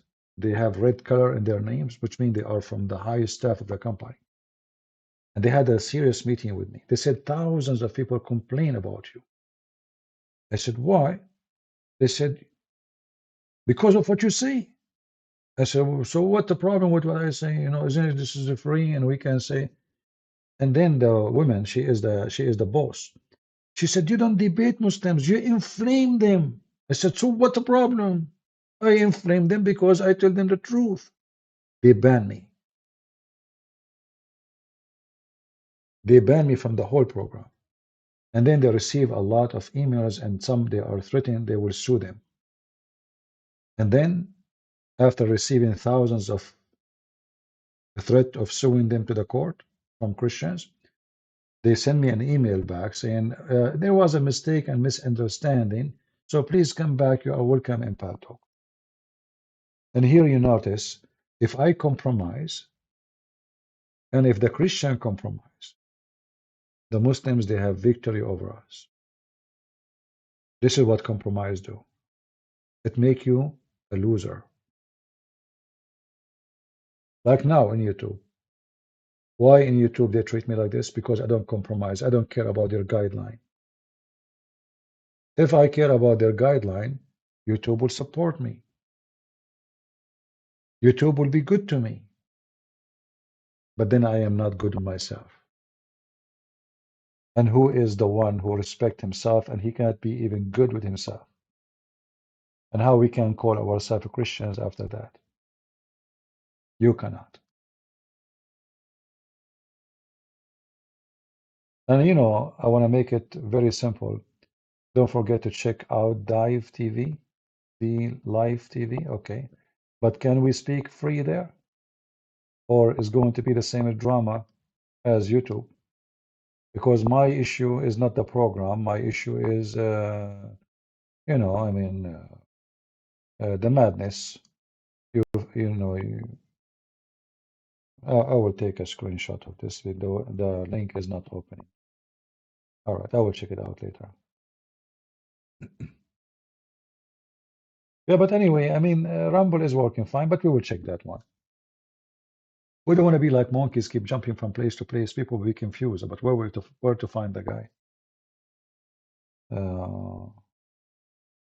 Can we sometime on Clubhouse? I don't know what Clubhouse is. What is a Clubhouse? You see, there's many softwares and everybody competing with everybody. The most important thing for us, what we do is different. Many people, they say to me, open account in TikTok. I open it, I post 3 videos only, they ban me. 3, just only.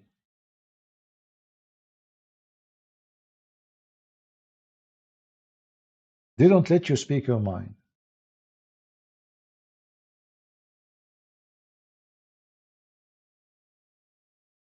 And this is the most important. It's not about this program is better and faster. And what if there is no freedom of speech? What we do is different. What I do here is not about ice cream. And no, it's very sensitive, stories we mention here.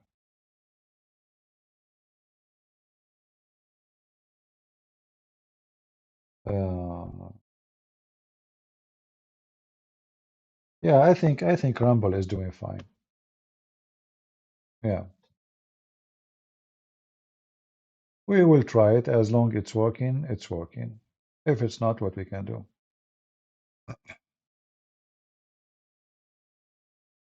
No, I cannot do my stream website. I tried, by the way. Cost a lot of money. Like now, do you see like now if you have when you have your own stream, streaming companies, because you have to use somebody server. They charge you a lot of money based on the band as like the server, how many users. It's very, very costly. Like now we are doing it for free because simply Rumble, they make money from advertising and those things. Otherwise, it's really costly. If you open your own, that will be really not a good thing. Not to forget to maintain software and etc. Yeah. But anyway, Rumble is working fine. It's fine. And as long we can speak our mind, I don't care about the rest. And people who come here and they will, they will use to it. How many people from the 500 something watching did subscribe to us today? I hope you guys subscribe so you can be notified when we come here. I don't see too many subscribing. Anyway, it's okay. No, I tried to have a website before. Trust me, it's a big headache. First, the Muslim will target your website. They will crash it. This is number one. The company who they have your website, they will complain.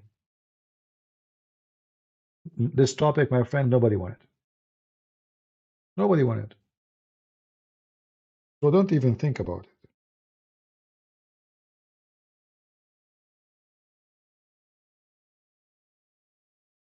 Yeah. All right, guys. I want to say thank you all for being here. I hope we learned something good for today. And I will try to come again tomorrow if I can, if I could. And until then, I say, may the Lord bless you all. And remember the most thing we mentioned today. Never compromise. Never. People who tell you to compromise, even some Christians, they don't know what compromise means.